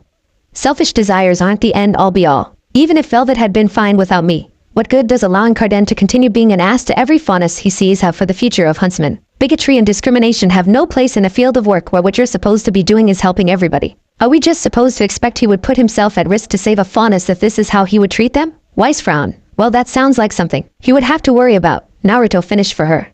Sure. I'm sure he can explain that while they bury the mother and child that were counting on him to save their lives. Weiss visibly recoiled at his words, and Naruto just sighed. Look, Weiss, I'm no fan of the Shinii name. I'm not going to paint you with the same brush as your father. But if all of your opinions are selfish in nature, we would be better off not debating things. We would never agree on anything. I am a completely different person than my father. Weiss squeaked out indignantly. Then I look forward to seeing the differences between you two, Naruto said indifferently as he quickly scooped the last of the food on his plate into his mouth. He quickly chewed and swallowed before turning to Blake and RWBY. Come on, let's go get young before we're late for class. Don't you have to go to the headmaster's office? RWBY cocked her head curiously. Naruto shrugged. If they want to talk to me about helping a student, they can find me. We pay tuition to attend these classes. I'm not about to miss them. You guys coming? Blake just stared at Naruto blankly for a moment before nodding slowly. RWBY also began shoveling her food into her mouth so that her teen wasn't waiting up on her. I should expect nothing less in Remnant, Naruto thought as RWBY finished her food. Everybody's morals are fluid, influenced by their personal interests. The idealistic definition of Huntsman is just that, idealistic. Everything is justified under the illusion of morality and righteousness when in actuality the only thing these so-called protectors of humanity care for is their money and their own selfish desires. Even shinobi are only paid for their missions when given through a third party. We would always defend our home regardless of whether it was a paid mission or not. I wonder if these so-called hunters would do the same. I find it unlikely. You never look good trying to make someone else look bad. Team training that evening had been surprisingly productive. Naruto was quickly finding himself impressed with RWBY as a leader. Her dedication to making their team a cohesive unit was something special. She would have been Kakashi's star student. Konoha would love her, Naruto thought to himself as he made his way into Vale later into the night. Unfortunately, as an enemy her and Pyrrha as future leaders could pose a threat. Luckily, I doubt the war will last that long. At least not if I can help it. He made it into Vale without too much of a problem. Beacon didn't run any flights this late, but for somebody like Naruto, this was nothing more than a late-night jog. He fairly quickly arrived at his destination for the night. It was the best place to get the kind of information he was looking for, apparently. Sup, Junior, Naruto sighed as he relaxed into his seat at the bar. Anything new for me? Nothing yet, Junior rolled his eyes. I already told you that getting anything out of my ex-wife was a hassle. She doesn't have the connections you're looking for anyway. Her field of knowledge is mostly with Mistral and Bakuo. As far apart from each other as they are the easiest to maintain her underground network. And who would know what I'm looking for? Naruto asked with a roll of his eyes. I've been scouring the rest of Vale's underground, and you're recognized as a go-to for information. Never thought I'd say this, Junior muttered. But apparently Roman Torchwick has made a lot of friends with interesting connections to Atlas recently. He might be the guy to talk to. Interesting connections, how? Naruto cocked an eyebrow. And isn't Roman the guy behind all those dust shop robberies? What does he have to do with Atlas? Allegedly, Junior said, almost out of habit. And he says that the dust robberies are just a part of his plan.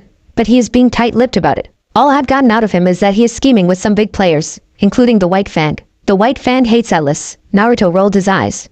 How would that make him more informed about them? It's the equipment he is working with, kid. Junior frowned as he continued wiping down shot glasses. The White Fang are the smaller players of this job of his, if what I'm guessing is right. Not too long ago, he bought out quite a few of my men like it was nothing. That wasn't cheap, and they ended up arrested. Roman just keeps on going like that. Lost money didn't mean anything. You want open doors. Roman's the guy to show you the door. The people he is working with? They will open them. Naruto frowned and busied himself by tapping his fingers on the bar as he thought. RWBY hadn't been shy about mentioning her run-in with Torchwick, so he knew that Torchwick was likely in on something a little bigger than just robbing dust shops. The ship they were in did sound like it would have to have been stolen from either Atlas or Vale.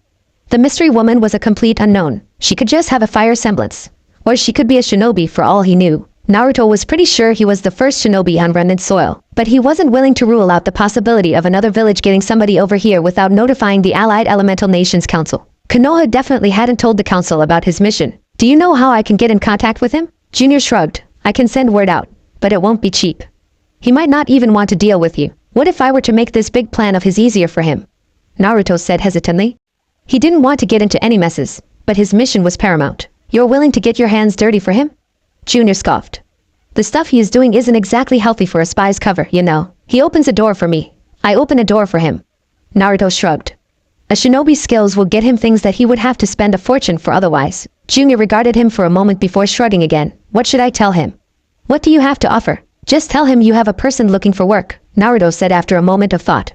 Tell him I work best alone, and that I am good at infiltration and combat. I'll trust you to fill in the blanks, but no telling anybody where you're from, Junior said with a shake of his head as he poured Naruto a shot of whiskey. I know, kid. Good, Naruto smirked as he downed the shot. You guys really don't have the best reputation, Junior prodded after a moment of silence. I hope I'm not making a mistake helping you guys out. I'm no fan of the government, but treason isn't something I really ever expected to take part in, kid. You've already gotten your payment. Naruto narrowed his eyes. If you flake out, I'm trained enough to kill you and take it back. And you couldn't do that after you're done with me anyway?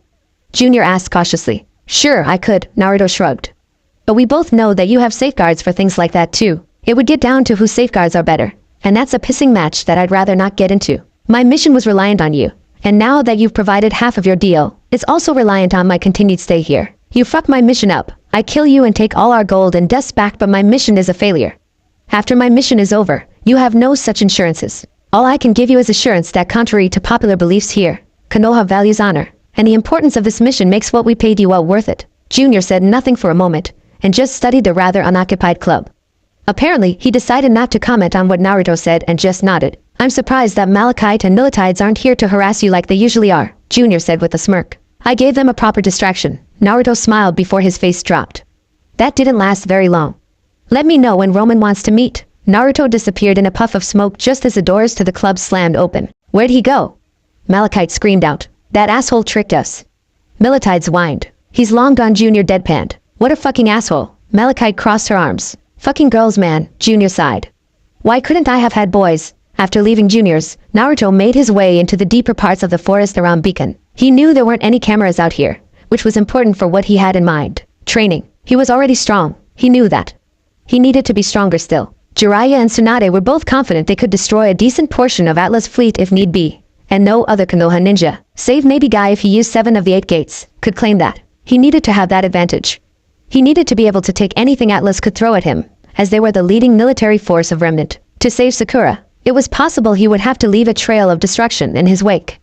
And as sympathetic of a person as he was in this case, he would happily do so. Because while Ashbin was the shot caller here in Remnant, he was almost willing to bet Sakura was being kept in Atlas somewhere. It had actually taken a direct order from Tsunade to convince him to enroll into Beacon rather than Atlas Academy. He'd been very upset with the delay this had put on him. He'd been limited to information gathering now. He was locked down to a team that would notice his absence in the middle of wartime, where alarms would immediately ring in people's heads should an academy student with no real history in Remnant disappear suddenly. His abuse of clones was really the only reason he wasn't caught yet. Benign questions people asked him that would be unspoken knowledge could easily lead to his discovery if he didn't know the answer. It was situations like this where he actually made a better infiltrator than his teacher, Jiraiya. He'd had clones studying every aspect of Remnant's economy, history, geography, and so much more.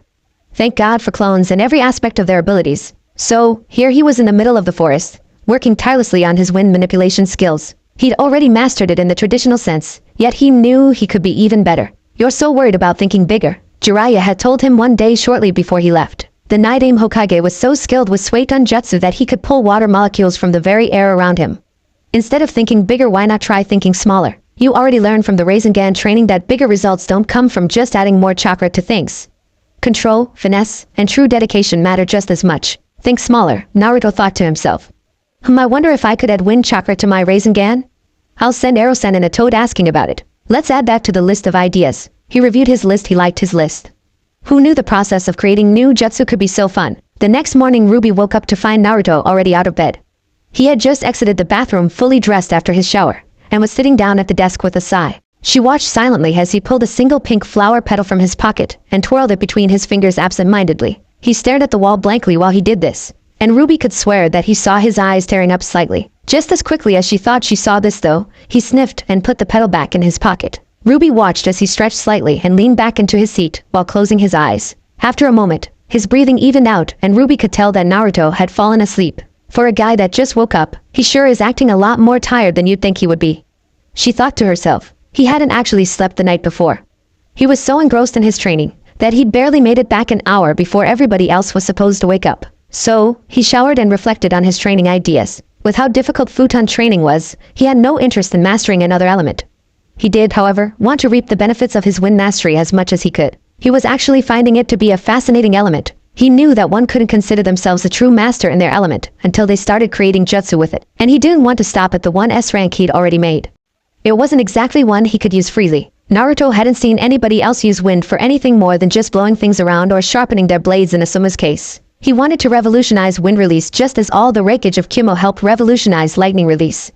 Or how Tobirama Senju did with water. Him and his hyperactive mind already came up with ideas for 3 A-rank jutsu, and 2 more S-rank jutsu, with the possibility of making one of the A ranks an S if he could keep it stable enough to add more chakra. Think smaller, the words echoed in his mind. With most of these ideas he thought smaller or less in some way, shape, or form. Just as Jiraiya's words had inspired the S-rank jutsu he'd already created, he was using the idea of smaller for the rest of them. He was excited to put these ideas to the test. He honestly thought every idea could become an actual jutsu. He just didn't know how long it would take for him to jump over the hurdles that were bound to happen with creating them. Beyond that, he was well on his way with Fuin jutsu. By the time Jiraiya and him had joined the war, he was already considered a seal master as far as the rest of the world was concerned. He was now working on bringing his seals up to old Uzumaki standards, to get to his parents' level with seals. His parents, he'd had that bomb dropped on him right before he'd left for Remnant. He found himself still coming to terms with being the son of the 4th Hokage. But honestly it should have been obvious. Why else would Jiraiya take such an interest in him? He just finished showering and reflecting on what his life had become. He forced his thoughts from Sakura and his mission for a moment, and just relaxed in his chair. He was no stranger to staying awake for multiple days on end, but that usually meant moving around constantly. Sitting in a classroom and listening to the monotonous lectures that were bound to happen would make staying awake extremely difficult. He just started dozing off when he heard the small creaking of RWBY's bed. He was instantly alert, though he didn't move. While RWBY wasn't the biggest threat on this planet, she hated Konoha with a passion that would make her welcome in IWA. She didn't know of his origins, but he wouldn't allow his guard to drop around anybody here. It made for restless nights, as his new teammates tossed and turned often. He felt RWBY approach him with soft footing, obviously being careful not to wake him up. He tensed slightly as she got within striking range, and he had to forcibly restrain himself from striking out when he felt her put something over him. She quickly retreated, and Naruto heard her moving into the bathroom before shutting the door softly behind her. He cracked an eye open and took in the sight of her comforter draped over him. It was a thoughtful gesture. He was already ready and there was still an hour and a half before class. He would probably only sleep while she was showering, as Blake and Yam would start stirring when she got out. He still appreciated it. Her growing to care for him would make her easier to manipulate should the need arise. Gods, this mission is going to make me hate myself, Naruto thought darkly. He would never think like this in any other situation. It made it all the worse that he actually liked his teammates. With that thought, Naruto allowed himself to doze off for the 30 minutes he could. By the time RWBY got out of the bathroom, her comforter was already back on her bed and it was made just the way she always had it. She glanced over at Naruto questioningly, but he was already packing books into his bag and wasn't looking at her. Well, I guess putting it back and making my bed was nice, RWBY frowned.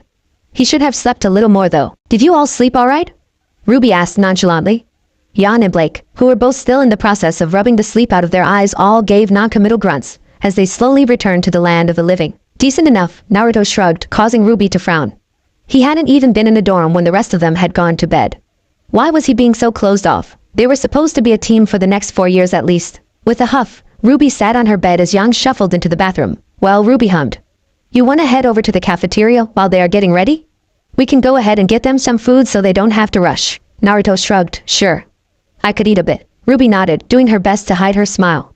Maybe she could get him to talk about himself a bit one-on-one. See you later, Blake. Naruto waved at the black-haired girl who was still sitting on her bed and appearing dead to the world. She waved half-heartedly and slowly stood as they started walking out of the door. The stretch Naruto saw right before the door closed could only be described as cat-like. He briefly wondered when she would clue the rest of her team in on her furry little secret. Not that he could really talk much about furry little secrets, or any other secrets for that matter. So, RWBY clasped her hands behind her back as they walked through the hallways.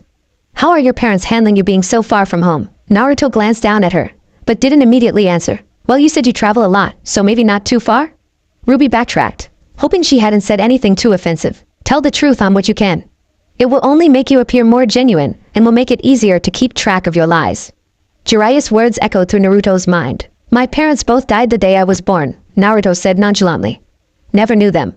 I've spent a majority of my time recently with my godfather, and he isn't exactly worried about much other than, well, the fairest sex really.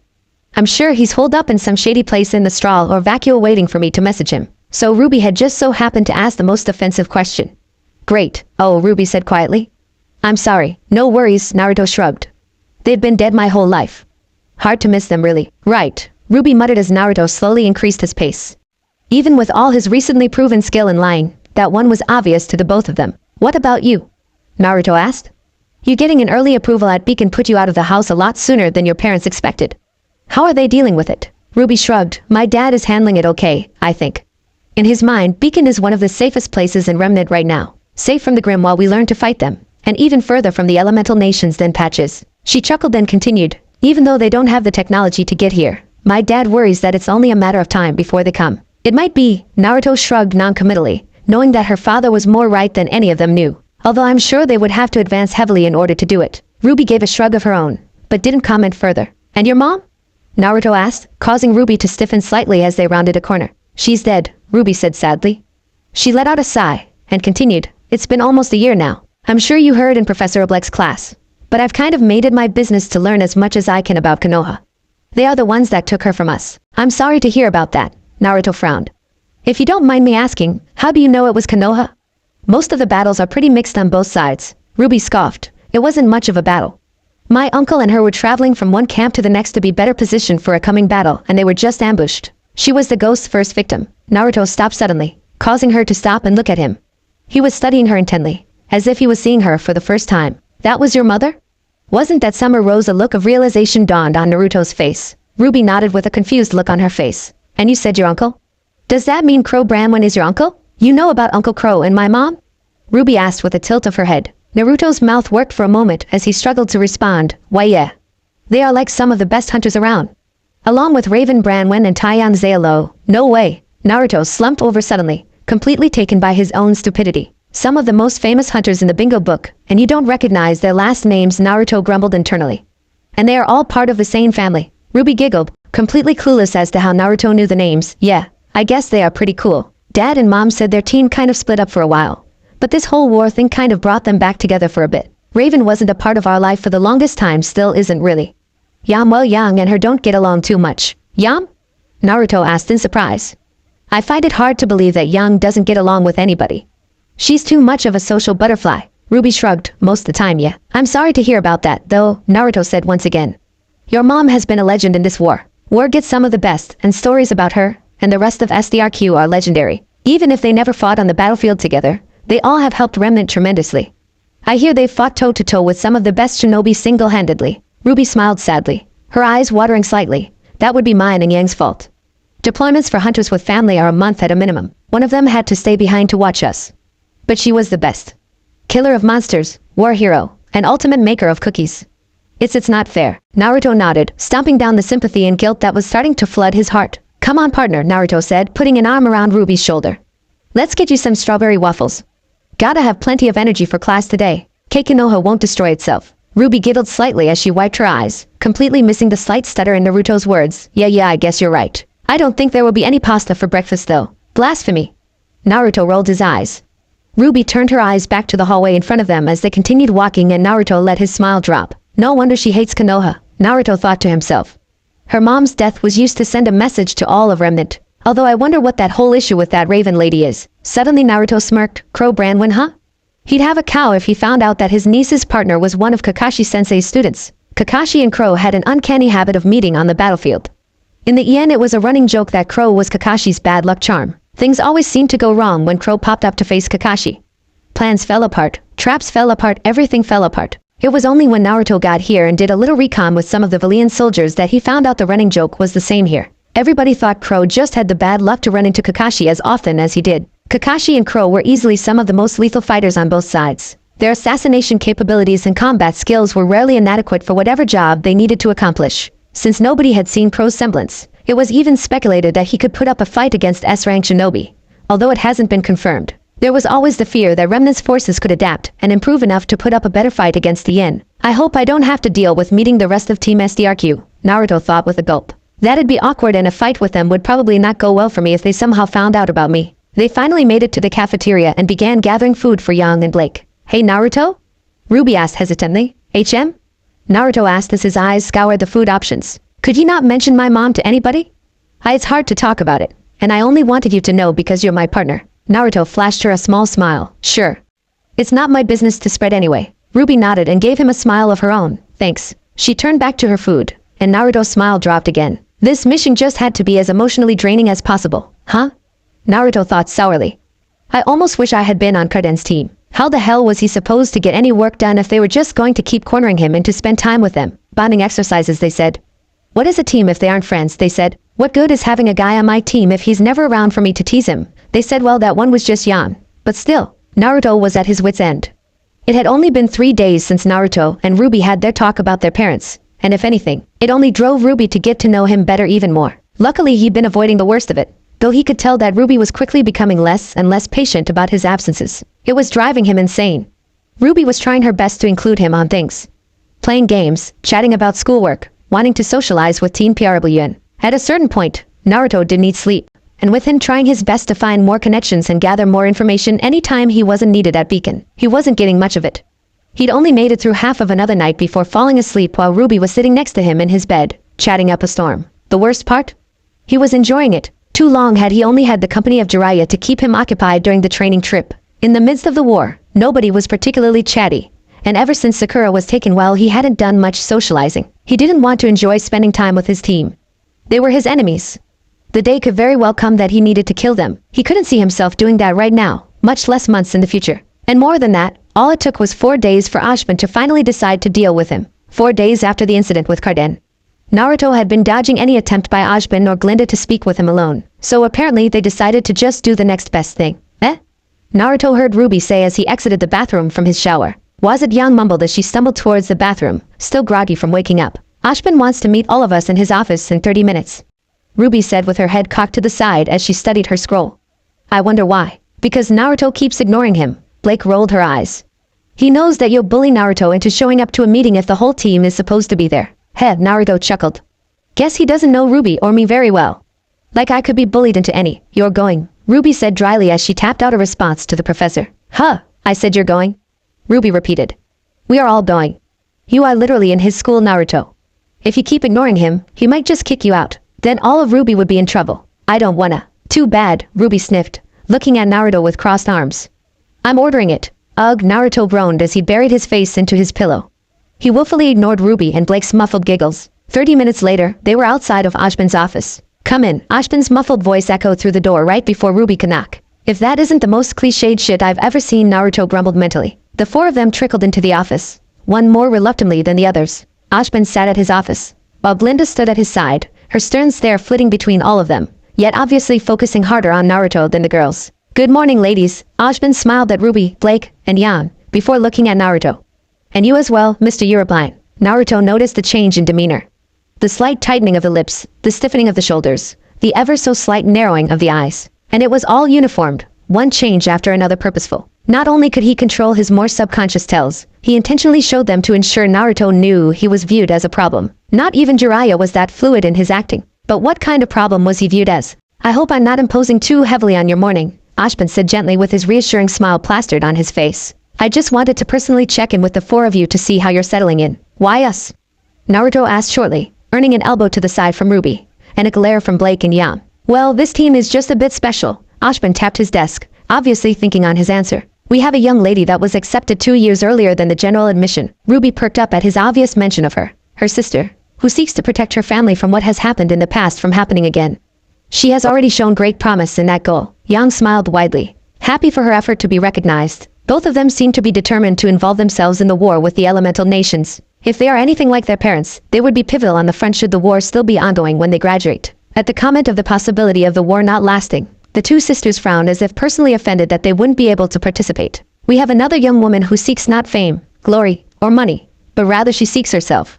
She seeks herself and the betterment of others." Blake's eyes widened at Ashbin's words.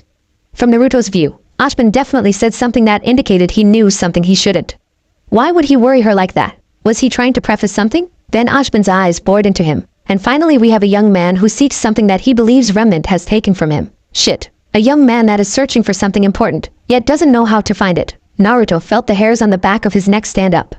RWBY, Yan, and Blake's eyes all drifted over to him, taking special note of Naruto's tense figure. "The West has many issues." Ashbin finally broke his gaze, looking down to tap at the screen on his desk. "Vacuo has many cultures that conflict with each other, a melting pot of cultures that all demand respect." Naruto watched while a hologram projected itself from Ashbin's desk. A clear image of Carden on his knees, in obvious pain, with Naruto holding his hair and snarling down at the boy was displayed by this hologram. "In Vacuo, disrespect and discrimination is often handled with fists rather than words," Ashbin said with a twitch of his lips. "But make no mistake, the same is not said for Vale or Beacon." Naruto nodded curtly, prompting Ashbin to continue. "You will find that Team CRDL was appropriately punished for assaulting a student." Blake, against her better judgment, spoke up. "Is a good detention session supposed to set them straight?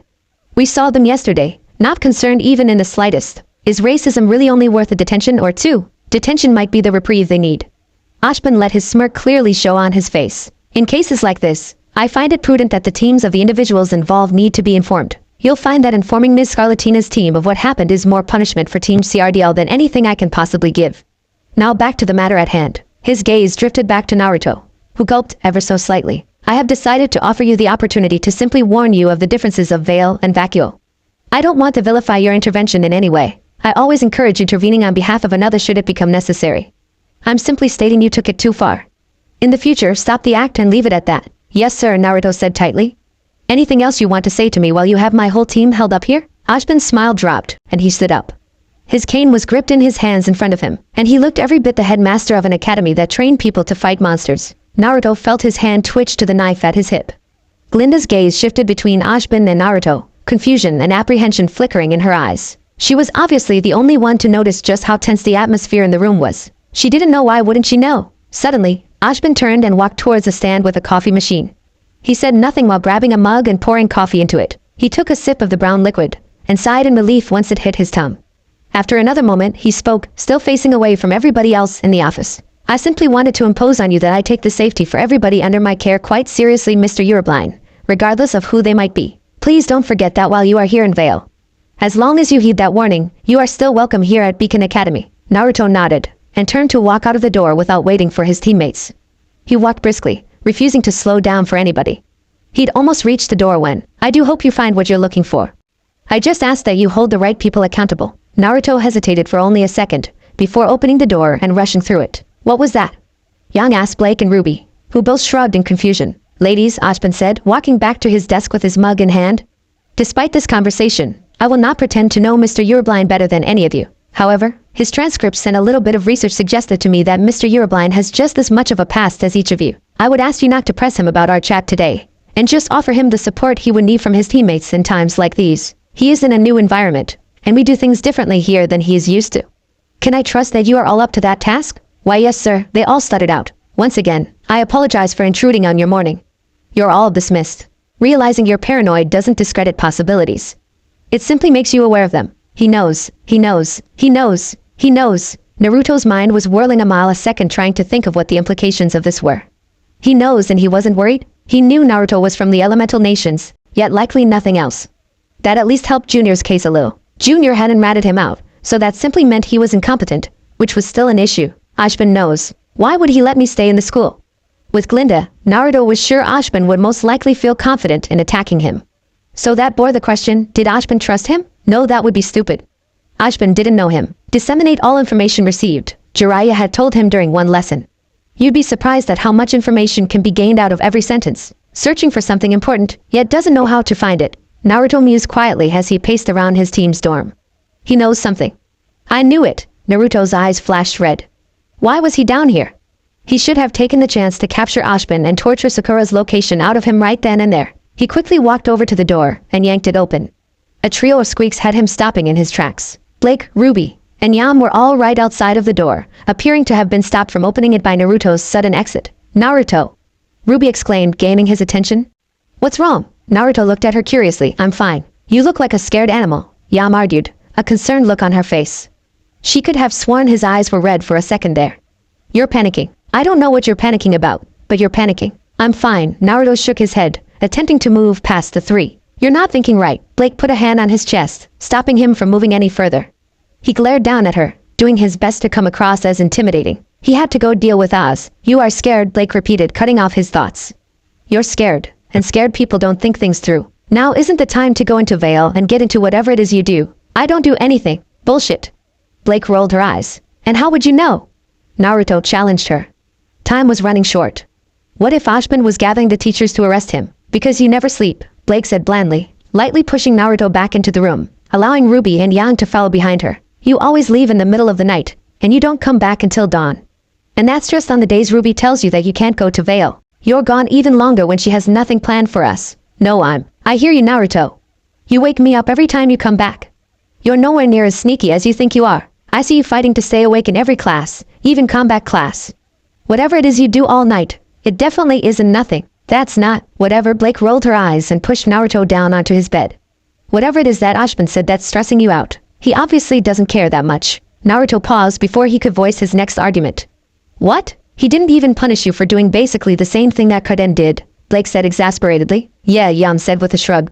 It kinda sounded like he was just warning you. I take the safety of all those under my care quite seriously. Seriously just sounded like dramatic way of saying I don't want my students fighting each other. Naruto opened and closed his mouth a few times before sitting back slightly.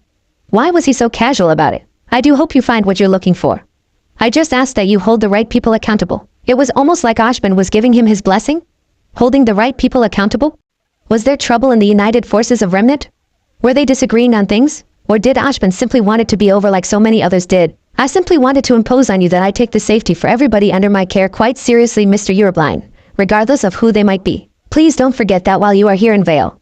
As long as you heed that warning, you are still welcome here at Beacon Academy. A warning. Naruto knew how to take it. All good, law-abiding citizens, as well as the students. A warning to leave them alone. Do what he had to, but don't threaten his kingdom. And there was no mistaking that it was Ashban's kingdom, as much as the Vale Council would argue otherwise. He didn't out me, Naruto thought in wonder. I'm a walking threat to Remnant as a whole, and he didn't out me? What the hell is he smoking? Naruto finally allowed himself to relax. Ashban didn't know where Sakura was. He likely didn't even know that the Ian was looking for Sakura specifically. There might be some intelligence to support that the Ian is up to something, yet Naruto didn't know what would support that. Tsunade said that Konoha would be pulling back once he started his mission. Konoha's lack of recent activity, as well as his shady application, thanks Junior, could have tipped Ashban off just a bit. And Beacon made the most sense considering that Shade and Haven didn't have the same reputations that Atlas and Beacon did. On top of that, Atlas was much more strict in their teachings, and likely wouldn't allow for any reconnaissance from potential spies like Beacon did. His refusal to actually take a hit from any bladed weapons in combat class likely helped Ashban zero in on him a bit as well. And if Blake had noticed his disappearances, maybe Ashban had his ways too. I fucked this up, Naruto internally groaned. I should have sent shadow clones instead of going myself. Still, why is he letting me stay? It only took Naruto a few more moments of thought to come to a conclusion. RWBY didn't buy the narrative that the rest of the world is buying. He doesn't believe that the elemental nations are just a group of bloodthirsty barbarians that crave nothing but violence. He must know that there are more things going on than just the story that the SDC spun, Naruto thought to himself. But why doesn't he say anything? Why not investigate it? Isn't RWBY the most revered figure in Remnant? You're sleeping, Blake said suddenly, pulling Naruto from his thoughts. Excuse me? Blake crossed her arms and glared down at him, while RWBY and Yan nervously shuffled around next to her. You're exhausted, and one conversation with RWBY had you spooked out of your mind. It's Saturday, and we didn't have anything planned anyway. You're taking a nap. I don't need a nap, Naruto argued. And we were supposed to go to the library and finish our homework before doing team training. We can do that tonight, Yan shrugged. I'm busy tonight, Naruto frowned. Going to Vale again? Blake raised an eyebrow. Naruto scowled but refused to answer. You can go to Vale tomorrow, RWBY said, although quietly. Naruto's eyes snapped over to her. RWBY, I need to go tonight. RWBY crossed her arms, doing her best to mimic Blake's disappointed stare. She failed quite adorably. You say that every night. When Naruto tried to speak up, RWBY raised a hand to stop him. You say you need to go to Vale almost every night. You can go tomorrow. I don't care if you're gone all day tomorrow. But you're not leaving Beacon today. Naruto's eyes narrowed at RWBY when he realized what she said. She hadn't been this assertive before, and he didn't need her to start now. Is that an order, partner? Naruto's condescending comment likely would have had her feeling guilty under any other circumstance, but not this time. This time, his sarcastic comment did nothing but piss off the usually happy huntress in training. There was a limit even for RWBY, and the last few weeks had definitely been pushing her towards it. Yes, it is. RWBY bit out, her eyes watering slightly against her will. She took a deep breath before continuing. And maybe, if you would actually try to spend some time with your team and get to know them instead of doing whatever it is you do in Vale, I wouldn't have to be the bad guy just to get the bare minimum out of my partner. Finishing off her sentence with a shout and a stomp, RWBY turned away to march towards the door, doing her best to discreetly wipe at her eyes. We are going to the library to study. Take a nap, you cranky ass. She grumbled out as she slammed the door behind her. After a moment, Yan whistled slightly. Man, I haven't heard her cuss since some guy at Signal tried grabbing Crescent Rose right after she painted it. You're really working her nerves there, Naruto. I'm not trying to, Naruto scowled. I think that's the problem, Yan shrugged. You haven't really been trying to do much of anything. Most people want to be in Beacon Academy. Yet all you've done since initiation is avoid this place like the plague. She has spent her whole life being excited about attending someday. And then when she does, her partner wants practically nothing to do with her or their team. That's not what it's like. Naruto threw his arms up. How often does RWBY try to include you in things? Yan asked, a slight tone of annoyance in her voice. All the time. And have you really asked RWBY to do anything social since we formed our team? Yan asked pointedly. Much less Blake or I. Naruto stopped and thought. No, I haven't. You don't have to like us if you don't want to, Yan shrugged, turning to exit the dorm as well. But you could at least stop stressing RWBY out about the team's performance. At least prioritize classes and team training so that RWBY doesn't have to stress about picking up your slack. Blake nodded in agreement, and followed Yang as she exited the room. She turned the light off, and shut the door behind her, leaving Naruto to his thoughts. With a groan, he flopped back onto his bed. There is entirely too much going on. What the hell do I do? The basis of connection is reciprocity. Connections are bound to fall apart without it. You alright, Rubes? Yan asked RWBY. They'd been studying in the library for a while, and upon seeing RWBY spend 15 minutes on the same page, Yan knew she needed to talk about it. RWBY immediately jumped on the chance to talk, dropping the book onto the table and throwing her arms up. I just don't understand him at all. He is so nice sometimes. He is fun to be around. He cracks some jokes, and he just acts friendly. But then it's like he realizes he is having too much fun, and it just all disappears. And don't even get me started on how often he disappears. It is odd, Blake shrugged slightly. He said he was a traveler, and Ashton said he was from Vacuo. So what could he possibly be doing in Vale all the time? Well, it's not really our business, Yang shook her head. What is our business is that he is neglecting his responsibility to the team. His grades are decent, but they aren't great. Team training hasn't gone very good at all. The three of us have gotten a good base for working together. But he hasn't really been there enough to give us a good idea on how he fits in. He is strong enough to toss Blake from her ribbon, do combo strikes with me, and fast enough to do coordinated attacks with RWBY, but we haven't had much time to play with anything past the basics.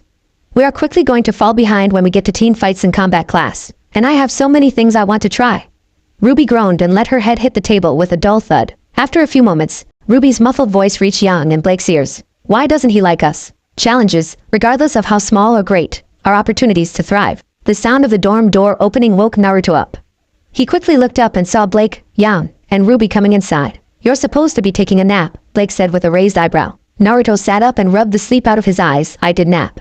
You guys just woke me up. Good, Yan chirped. 'Cause we are gonna be having a team meeting before we go do our team training. Fair enough, Naruto sighed. Let me just cut this short. No. Ruby's eyebrows furrowed. Listen, Naruto, you were right, Naruto cut her off. We are a team, and RWBY trailed off, his words sinking in. Wait, what? Naruto shrugged. You were right. I need to prioritize my time better. I don't want to say what I'm doing in Vale as often as I am, but I do need to dedicate more time here. I owe that to the team and to my partner. Oh, RWBY blinked. Yeah? How about 2 weeknights after class, and one of the weekend days in Vale, and the rest here? Naruto suggested. Is it important? RWBY asked with a slight of her head. I know you said you don't want to talk about it, but that's still a lot of your time there. Just tell me it's important. Naruto looked down slightly. It's very important. Not just for me, but for somebody I care about. Then fine, RWBY said shortly. If it's needed, then it's needed. Just let us know ahead of time when those days are going to be so I can figure out a decent schedule for us. We will just consider all of that personal time. Everybody needs time to themselves, and I get that. Naruto smiled. Thank you, and of course. Hopefully this isn't a forever thing. Does somebody have an idea of what you're doing? Yan asked cautiously.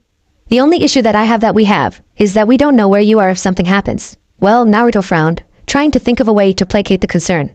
Arajban knows. Kinda, Naruto added to himself. Good enough for me, Blade shrugged. Is that all? Yeah, RWBY smiled, happy to have solved at least one issue. A small beep caught their attention, and Naruto quickly grabbed his scroll from the nightstand next to his bed. Naruto read his message quickly, and a small, satisfied smile graced his face for a second before quickly clearing. He looked up to see Blake, Yan, and RWBY all looking at him in confusion. Well, this doesn't really interfere with my plans anyway, Naruto thought to himself. I will need to be in Vale tomorrow, but I'm not doing anything until the evening, so I was wondering if you guys wanted to go for lunch tomorrow. Yan said with a slight surprised expression on his face. Most guys just ask one girl out at a time. Balza whiskers real Balza. Whatever, Naruto rolled his eyes. Forget I asked? No. RWBY slapped her hand over Yang's mouth before she could say anything. I mean, I don't have anything planned for tomorrow. What about you, Blake? Can I bring a book? Of course, Naruto nodded. I was thinking of going to this little cafe I've seen a few times. They have a nice outdoor patio. When Blake nodded, RWBY smiled brightly. Sounds like a plan. What about me? Yang asked after wrenching RWBY's hand away from her mouth. You don't have plans anyway, RWBY said dismissively. You don't know that. Do you have plans? RWBY asked with a smirk. No, Yang slumped over in defeat. RWBY nodded as if she'd known the whole time. Like I said, sounds like a plan. Naruto had to try his best to keep his smile from his face. Sure, having lunch with his team might not be the worst thing in the world, but the true win for tomorrow was what happens after. Junior scored him a meeting with Torchwick. Oh. RWBY squealed next to Naruto. They have strawberry shortcake. I want some. Naruto chuckled at RWBY's excitement, of course. After lunch you can have a little dessert. Wow, RWBY rolled her eyes. Thanks, Dad. Really glad we have you here to play grown-up. Happy to help. Naruto chirped with a wise smile, causing RWBY to look away with a shake of her head to hide her own smile. Quit the flirting, you two. Yang came up behind them, throwing an arm around each of their shoulders. Look, Naruto, you're going to have to learn about how us women get jealous. You can't just flirt with one girlfriend in front of another. Hell, they aren't even supposed to know about each other. RWBY blushed a deep red and began sputtering while Naruto laughed. He snaked an arm behind him and around Yang's waist, gripping the opposite side of her hip tight enough to pull her towards him. Is that your way of saying you'd rather me flirt with you instead? Naruto asked, dropping his voice to a lower tone and cocking an eyebrow. Eh? Yang gulped slightly, whittling slightly in his hold. Well, that's not. Naruto's smirk widened ever so slightly as he let go of her hip, letting his fingers trail across the exposed skin of Yang's back ever so gently, causing her to blush almost as deep a red as RWBY. Don't play a game you can't win, Yang. Naruto wagged a finger at the blonde. You never want to bite off more than you can chew. RWBY, still red from Yang's teasing, felt her jaw slacken as Yang was rendered at a loss for words for the first time ever as far as she knew. Blake too blinked at the scene in front of her, more so shocked that Naruto had it in him to return the teasing that Yang so easily dished out. Now, Naruto turned back to the menu in front of them. What will you guys be getting? I'll go put in the order. Yang's jaw worked soundlessly for a few moments while Blake gave Naruto her order. Finally, when RWBY finished stuttering hers out, she'd gotten her voice back. Yang said quietly before clearing her throat. She quickly regained her composure and did her best to smile saucily. I'm not too picky. Just get me something meaty, would you please? Naruto snorted, sure. An 8-inch big enough? Blake, who'd been sipping on the drink she'd picked up from a store down the road, immediately began choking. She coughed a few times while RWBY slapped her on the back and Yang's smile widened. Blake, are you alright? RWBY asked in concern. Blake nodded as she cleared her throat a few times. Once she'd begun breathing normally again, she glared at Naruto spitefully. Naruto, they don't have any subs here, RWBY said after making sure Blake truly was alright. You won't be able to get her an 8-inch, as RWBY began perusing the menu again just to make sure she was right. No, Naruto said in mock realization. I guess they don't have any subs. I could still give her 8 inches though if she really. Enough jokes. Blake hissed. Go get her a damn sandwich and stop trying to screw with each other. Naruto chuckled again and quickly slipped away while RWBY, Blake, and Yan all meandered over toward the booth. An 8-inch RWBY muttered to herself in confusion, desperately trying to work out why Blake had reacted the way she had. Something needy, not a sub, still give her 8. Eep. RWBY's blush returned full force as the innuendo suddenly hit her like a train. Yan! RWBY hissed, hitting her sister on the shoulder. Yan just grinned stupidly, having heard RWBY's thought process. Yes, dear sister of mine? Yo, gross. RWBY huffed. Stop flirting with my partner. Yan mocked a look of confusion. Oh, are you calling dibs? I can get him to offer that 8 to you if you'd like. You'll have to tell me if he lied about it though. Oh, and let me know ahead of time so I can stay away from the dorm. I love you, but I don't need to hear that. Wow. RWBY threw her hood over her head and slumped over the table. You could almost see the steam billowing out from under it. Stop it. Don't worry, RWBY, Yan chuckled. It's just some fun banter. He definitely isn't the type to flirt and try to sleep with somebody so quick. What makes you say that? Blake asked, her face already buried in her book. He's a softy, Yang smiled. He's more the lovey-dovey type than he is a playboy. I can tell. Whatever, Blake shrugged, turning a page. Just get the flirty stage over with. You're going to give RWBY an aneurysm. That's the fun part. Yang grinned cheekily. No, it isn't. RWBY whined from under her cloak. She finally looked up and glowered at Yang. He's finally trying to spend time with us, and you are just going to scare him off. Scare him? Yang scoffed. I'm not sure what you just saw, Rubes, but scared wasn't it? I don't know who taught him that, but one day some girl is going to be in trouble, if that's how he flirts. Yang trailed off with a low whistle. Stop it! RWBY slammed her head back on the table and mumbled again. Why couldn't we have had an all-girl team, and get stuck with somebody like Wisecreen? Yang rolled her eyes. No thanks. I'll take Blondie any day. Blake agreed absent-mindedly. She's not so bad, RWBY shrugged, her previous embarrassment disappearing with the subject change. Pira's surprisingly easygoing, considering her reputation. I think she's rubbing off on Weiss a little bit. She's been getting a little more bearable. I don't know how you came to that conclusion. Naruto slid into the booth next to Blake. Every time I talk to her, she still seems to have that stick shoved up her ass. RWBY squeaked at Naruto's vulgar language while Blake smirked and Yang snorted. Yang quickly recovered and asked, she is a little colder to you. Do you think it has anything to do with you being a faunus? Naruto took note of the slight twitch of Blake's bow at the comment, but was more concerned about Yang's comment. Faunus? Naruto cocked his head. I'm not a faunus. You aren't? RWBY recoiled in shock. But the whiskers. Naruto reached up and brushed his fingers across his cheeks. No, they are scars, not whiskers. Shocked silence reigned around the table as the horrific thought of somebody inflicting scars like that on somebody crossed their mind. It was a freak accident. Naruto quickly clarified. I got a little too grabby with a fox as a kid. It got me really good on my cheeks. Hee, a fox? Yan said breathlessly after a moment. I mean, I know I immediately thought of a fox or cat when I saw you, but that's just rich. Yan burst out in giggles while Naruto rolled his eyes. Luckily, this seemed to break the tension in RWBY and Blake, and they too smiled at Yang's comment. Yeah, Naruto waved at Yang. You are hilarious, truly a hoot, aren't I? Yang said with a grin after she got her giggling under control. Whatever, Naruto rolled his eyes again.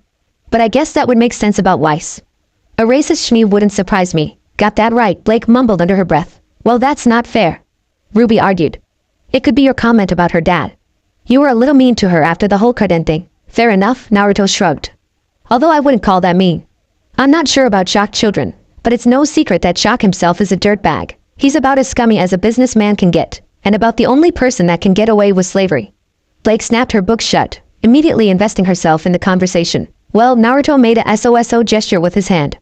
It's not technically slavery as much as it is him capitalizing on poor education. Are you calling faunus dumb? Blake immediately bristled. Not at all, Naruto shook his head. I'm just saying that most faunus in Mantle aren't the most knowledgeable about legal processes. It's mostly due to lack of availability to information. I mean, I'd be pretty fucking clueless if I had no way of learning about certain things. You can't expect people to know things if they never had the ability to learn it. And that is what Jock capitalized on. He wrapped enough faunus into contractual agreements, and then treated them well until most of the job opportunities in Mantle were limited. Then he was free to be as shitty as he wanted, because what else would the citizens of Mantle do? Blake blinked in surprise, leading Naruto to continue. And even then, he most likely pressured the employers he couldn't get rid of into hiring only humans. He wanted as many of the faunus available to him as possible, because he is a dirty racist. He actually might not even be racist, Naruto shrugged. Or at least probably not at first. Huh. Yang cocked her head. I admit I don't follow political or business stuff much. But what makes you say that? Yes, Blake's eye twitched. Please explain. Naruto sighed, knowing he could possibly lose some brownie points with Blake for his next comment. Shocked by everything I have read is an amazing businessman. He saw an amazing opportunity in the failing Schnee Dust Company, married into it, and quickly boomed it into the wealthiest and most influential company in the world. From what I've read, not even the biggest business in the elemental nations has half as much sway there as the SDC has here. Jacques Schnee, first and foremost, is an opportunist. The Faunas have night vision in most cases, and superior physical capabilities in some cases. The ability to cut costs on safety equipment because of that was a huge plus to him. So, he made Faunas suffer just to save money?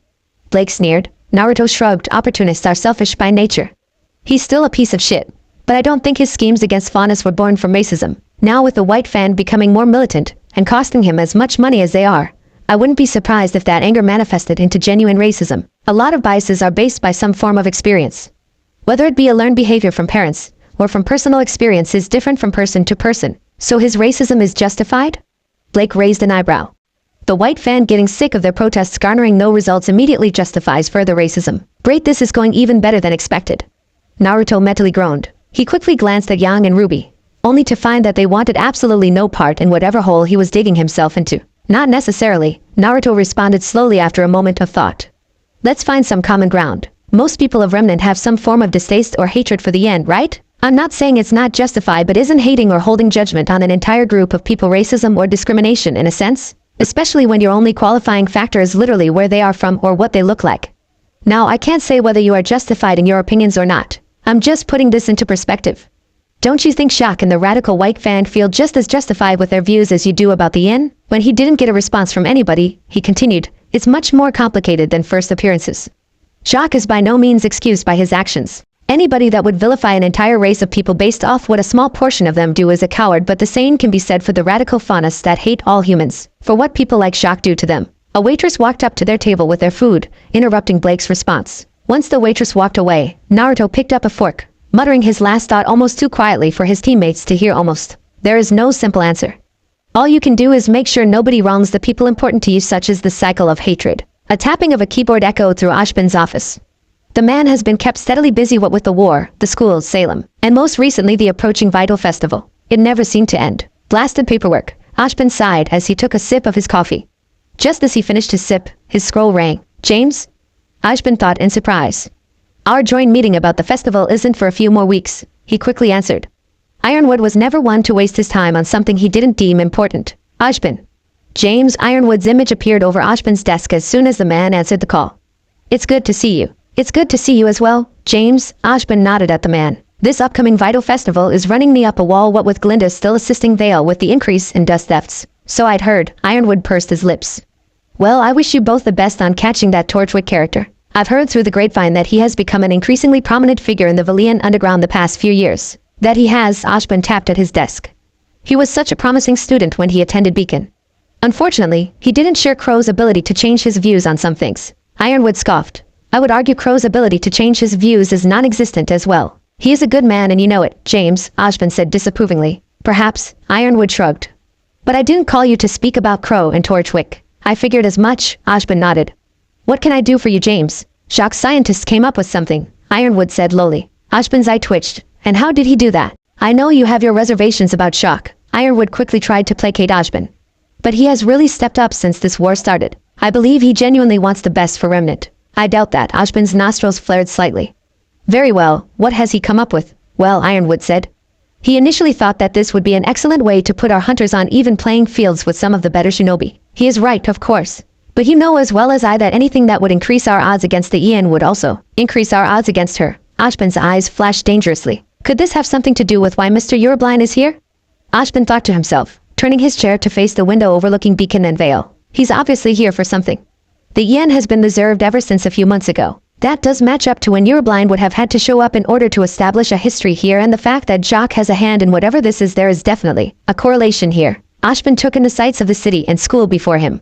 Still, if James is bringing this to my attention, then there is merit to it, and we need everything we can against Salem. He turned his chair back to his desk and met Ironwood's eyes. Tell me everything. Well, Naruto said after he'd finished his food. This was definitely worth the visit. RWBY half hummed, half moaned as she ate the last bite of her strawberry shortcake. It was good, Blake agreed.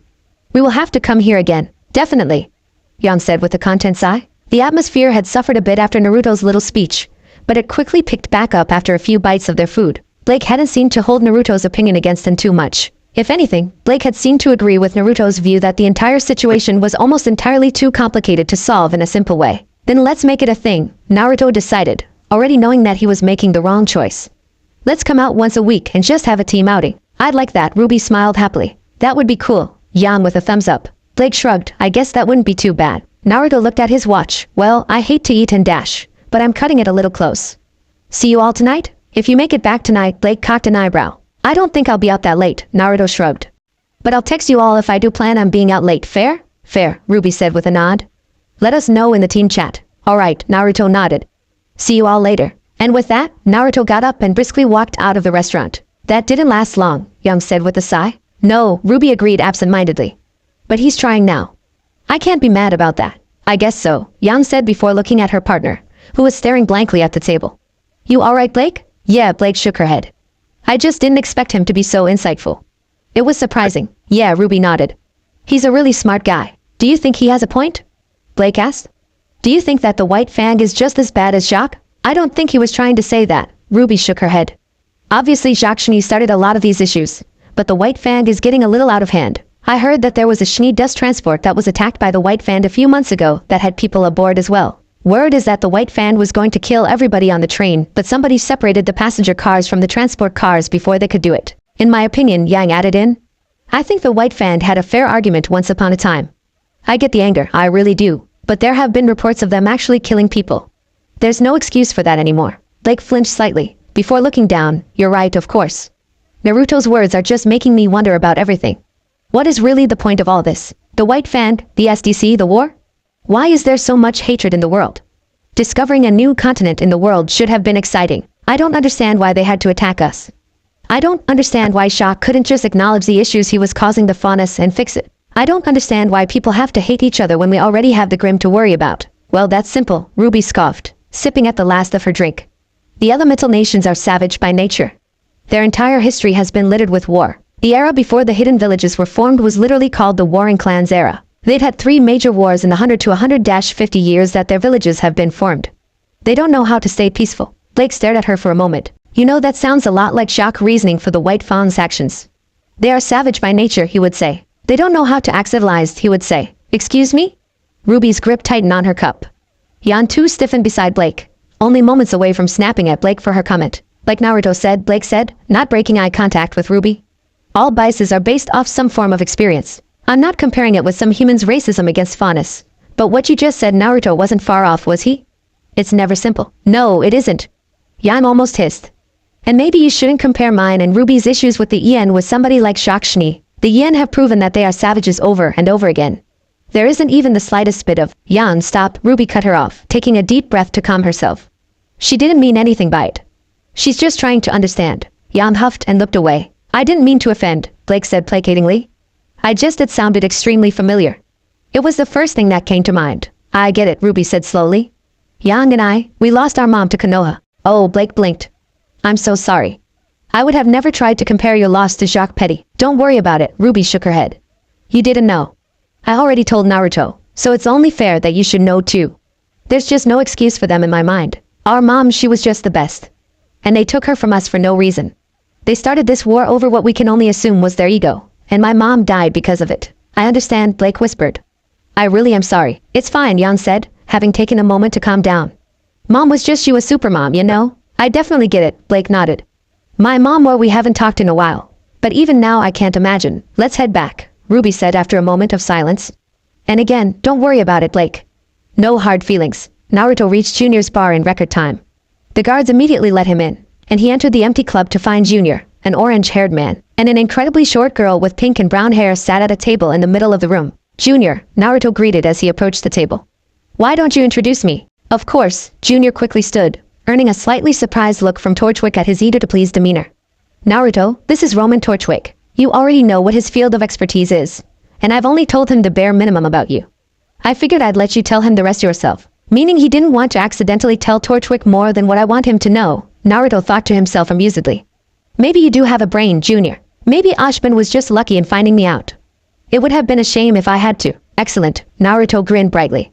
It's a pleasure to meet you, Mr. Torchwick. Likewise, Torchwick said in a bored tone while accepting Naruto's handshake. Although the shady manner in which you contacted me, and the way Junior told me you wanted to meet implied that I didn't have much of a choice. Nope, Naruto said cheerily. Not much of one at all. Who is this young lady? Torchwick scoffed at Naruto's response. This is Neapolitan, but just call her Neo. She's my adorable little assassin. Although she prefers the term handler. She handles things. Interesting, Naruto nodded appreciatively. I'm also a bit of a handler myself. Always good to meet a master of the finer arts. Neo blinked in slight surprise, before letting a huge grin grace her face. She turned to Torchwick and made a few gestures with her hands. Of course you like him, Torchwick sneered. He's just as rude and blunt as you are.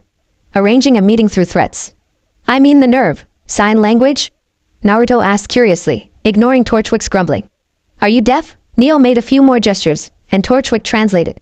She's mute, and also you're. No, I'm not telling him that. Naruto saw the shit-eating grin on the small girl, and shook his head. How about we get to business? Let's, Torchwick said with a short glare at Neo. What is it you want?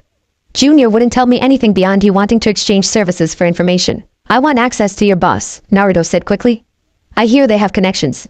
Connections that I need. I don't care what they are doing, but I have a mission to complete before I can get out of here. And what good would working with you do? Well, for one, Naruto raised an eyebrow. I wouldn't actively try to ruin your plans. I have something to accomplish, and everything points to your employer as my best lead. If your employer doesn't want to work with me, I will make her regret every moment of it. No offense to you, Torchwick crossed his arms. But my employer fancies herself one of the most powerful people in all of Remnant, and I'm inclined to believe her. You won't scare her. Tell you what, Naruto leaned back in his chair. Why don't you tell her to look at the 93rd edition of the Ien Bingo book and turn to page 76. She can either deal with me, or she can deal with that. That Ien Bingo book, Torchwick muttered. Are you saying you're... Listen, Roman, Naruto sighed as he stood from his chair. I've been told by Junior that you're a discreet and smart man. I have no issue with you. I just need to get access to some information, and I'm willing to do quite a bit in order to get that information. I would be a massive boon to whatever this operation is. This boss of yours would be stupid to reject me when I'm not even asking for finances. And back to the bingo book, you better believe if I can't accomplish what I need to, he can. Even if I couldn't tear her operation apart, he is fully capable. I'm offering you services in return, so your employer still stands to benefit. I expect an answer by tomorrow night. Junior will let me know what answer you give him. He looked at Neo and smiled. It was nice to meet you, Neo. If your boss's boss is smart, we might be working together soon. I hope we can work well together. Neo smiled and mouthed her words. I hope so too, cutie. Naruto gave her a sly wink, before turning and exiting the club. His sensei's words echoed in his mind again. When meeting big players, hit them hard and be impressive. So how did your little meeting go? A saucy voice knocked Torchwick out of his thoughts. He's cocky. Torchwick shook his head as he put the book he'd been reading down on the table in front of him. The woman that had entered the room, an extremely attractive brunette woman in a red dress with glowing amber eyes, scoffed in an unimpressed manner. So are you, but you mind well enough. Torchwick sighed in an annoyed tone. Cinder, whatever I think I have backing my ego, this kid has a 20-fold if not more. What does that mean? Cinder asked in a confused tone. Torchwick didn't respond, simply pushing the book he'd put down across the table towards her. Picking it up, she read the page the book was open to.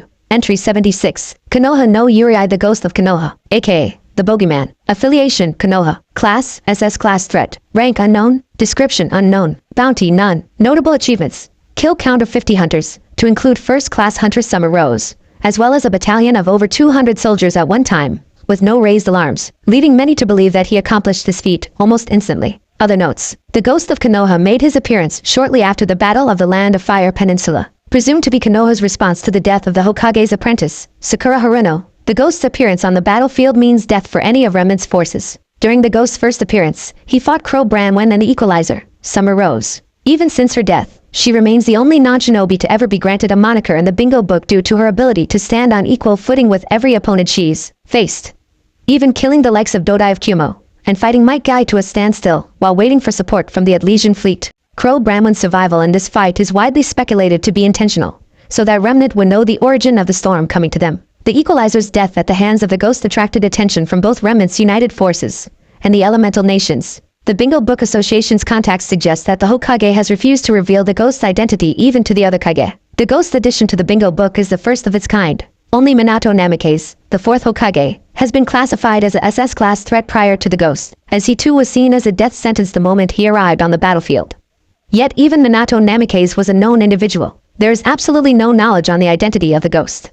His namesake is not to be taken lightly. Should you find yourself face to face with the ghost as your enemy, take solace in the knowledge that there was nothing you could have done to prevent your death. To some, he is seen as an act of the gods themselves. What is this? Cinder asked in an annoyed tone. We've known about the ghost for almost a year now. What does this have to do with anything? More or less, Torchwick started with a nervous shifting. The kid said he will be accomplishing his mission one way or another, and if he can't, then Konoha's ghost will be visiting Remnant personally. A violent shiver ran down Cinder's spine as the common feeling of pure fear ran rampant. He was a shinobi? Cinder asked fearfully. When Torchwick nodded, her mistress's words echoed in her mind. I am warning you all now. The strongest of the elemental nations would put even me to the test. Only my immortality would ensure my continued survival if we were to clash with them. The same cannot be said for all of you. Make no mistake, if I feel that you have contributed in incurring their wrath, I will end you in the most painful way my millennia of experience can think of. There are things in the elemental nations that I have no desire to toy with at this moment. Should any of you contribute in bringing more attention to us than necessary, well, let my warning be given to each of you now. We kill him, Cinder immediately said. We kill him before he can. He has already reported you as his best lead in his last report to his superiors. Roman cut her off. Damn it! Cinder ground out. Well, I will need to think on this. I need to ask Salem for her advice on his matter. I will not handle this matter lightly. He wants an answer by tomorrow night, Torchwick said carefully. I wouldn't think too long. What if Naruto was a mortal wanderer in RWBY? And thanks for watching my video till the end. If you enjoyed this content, then do consider subscribing to my channel. And leave a like if you guys need the next part. Comment down, and thanks for watching the video, and see you guys in the next video.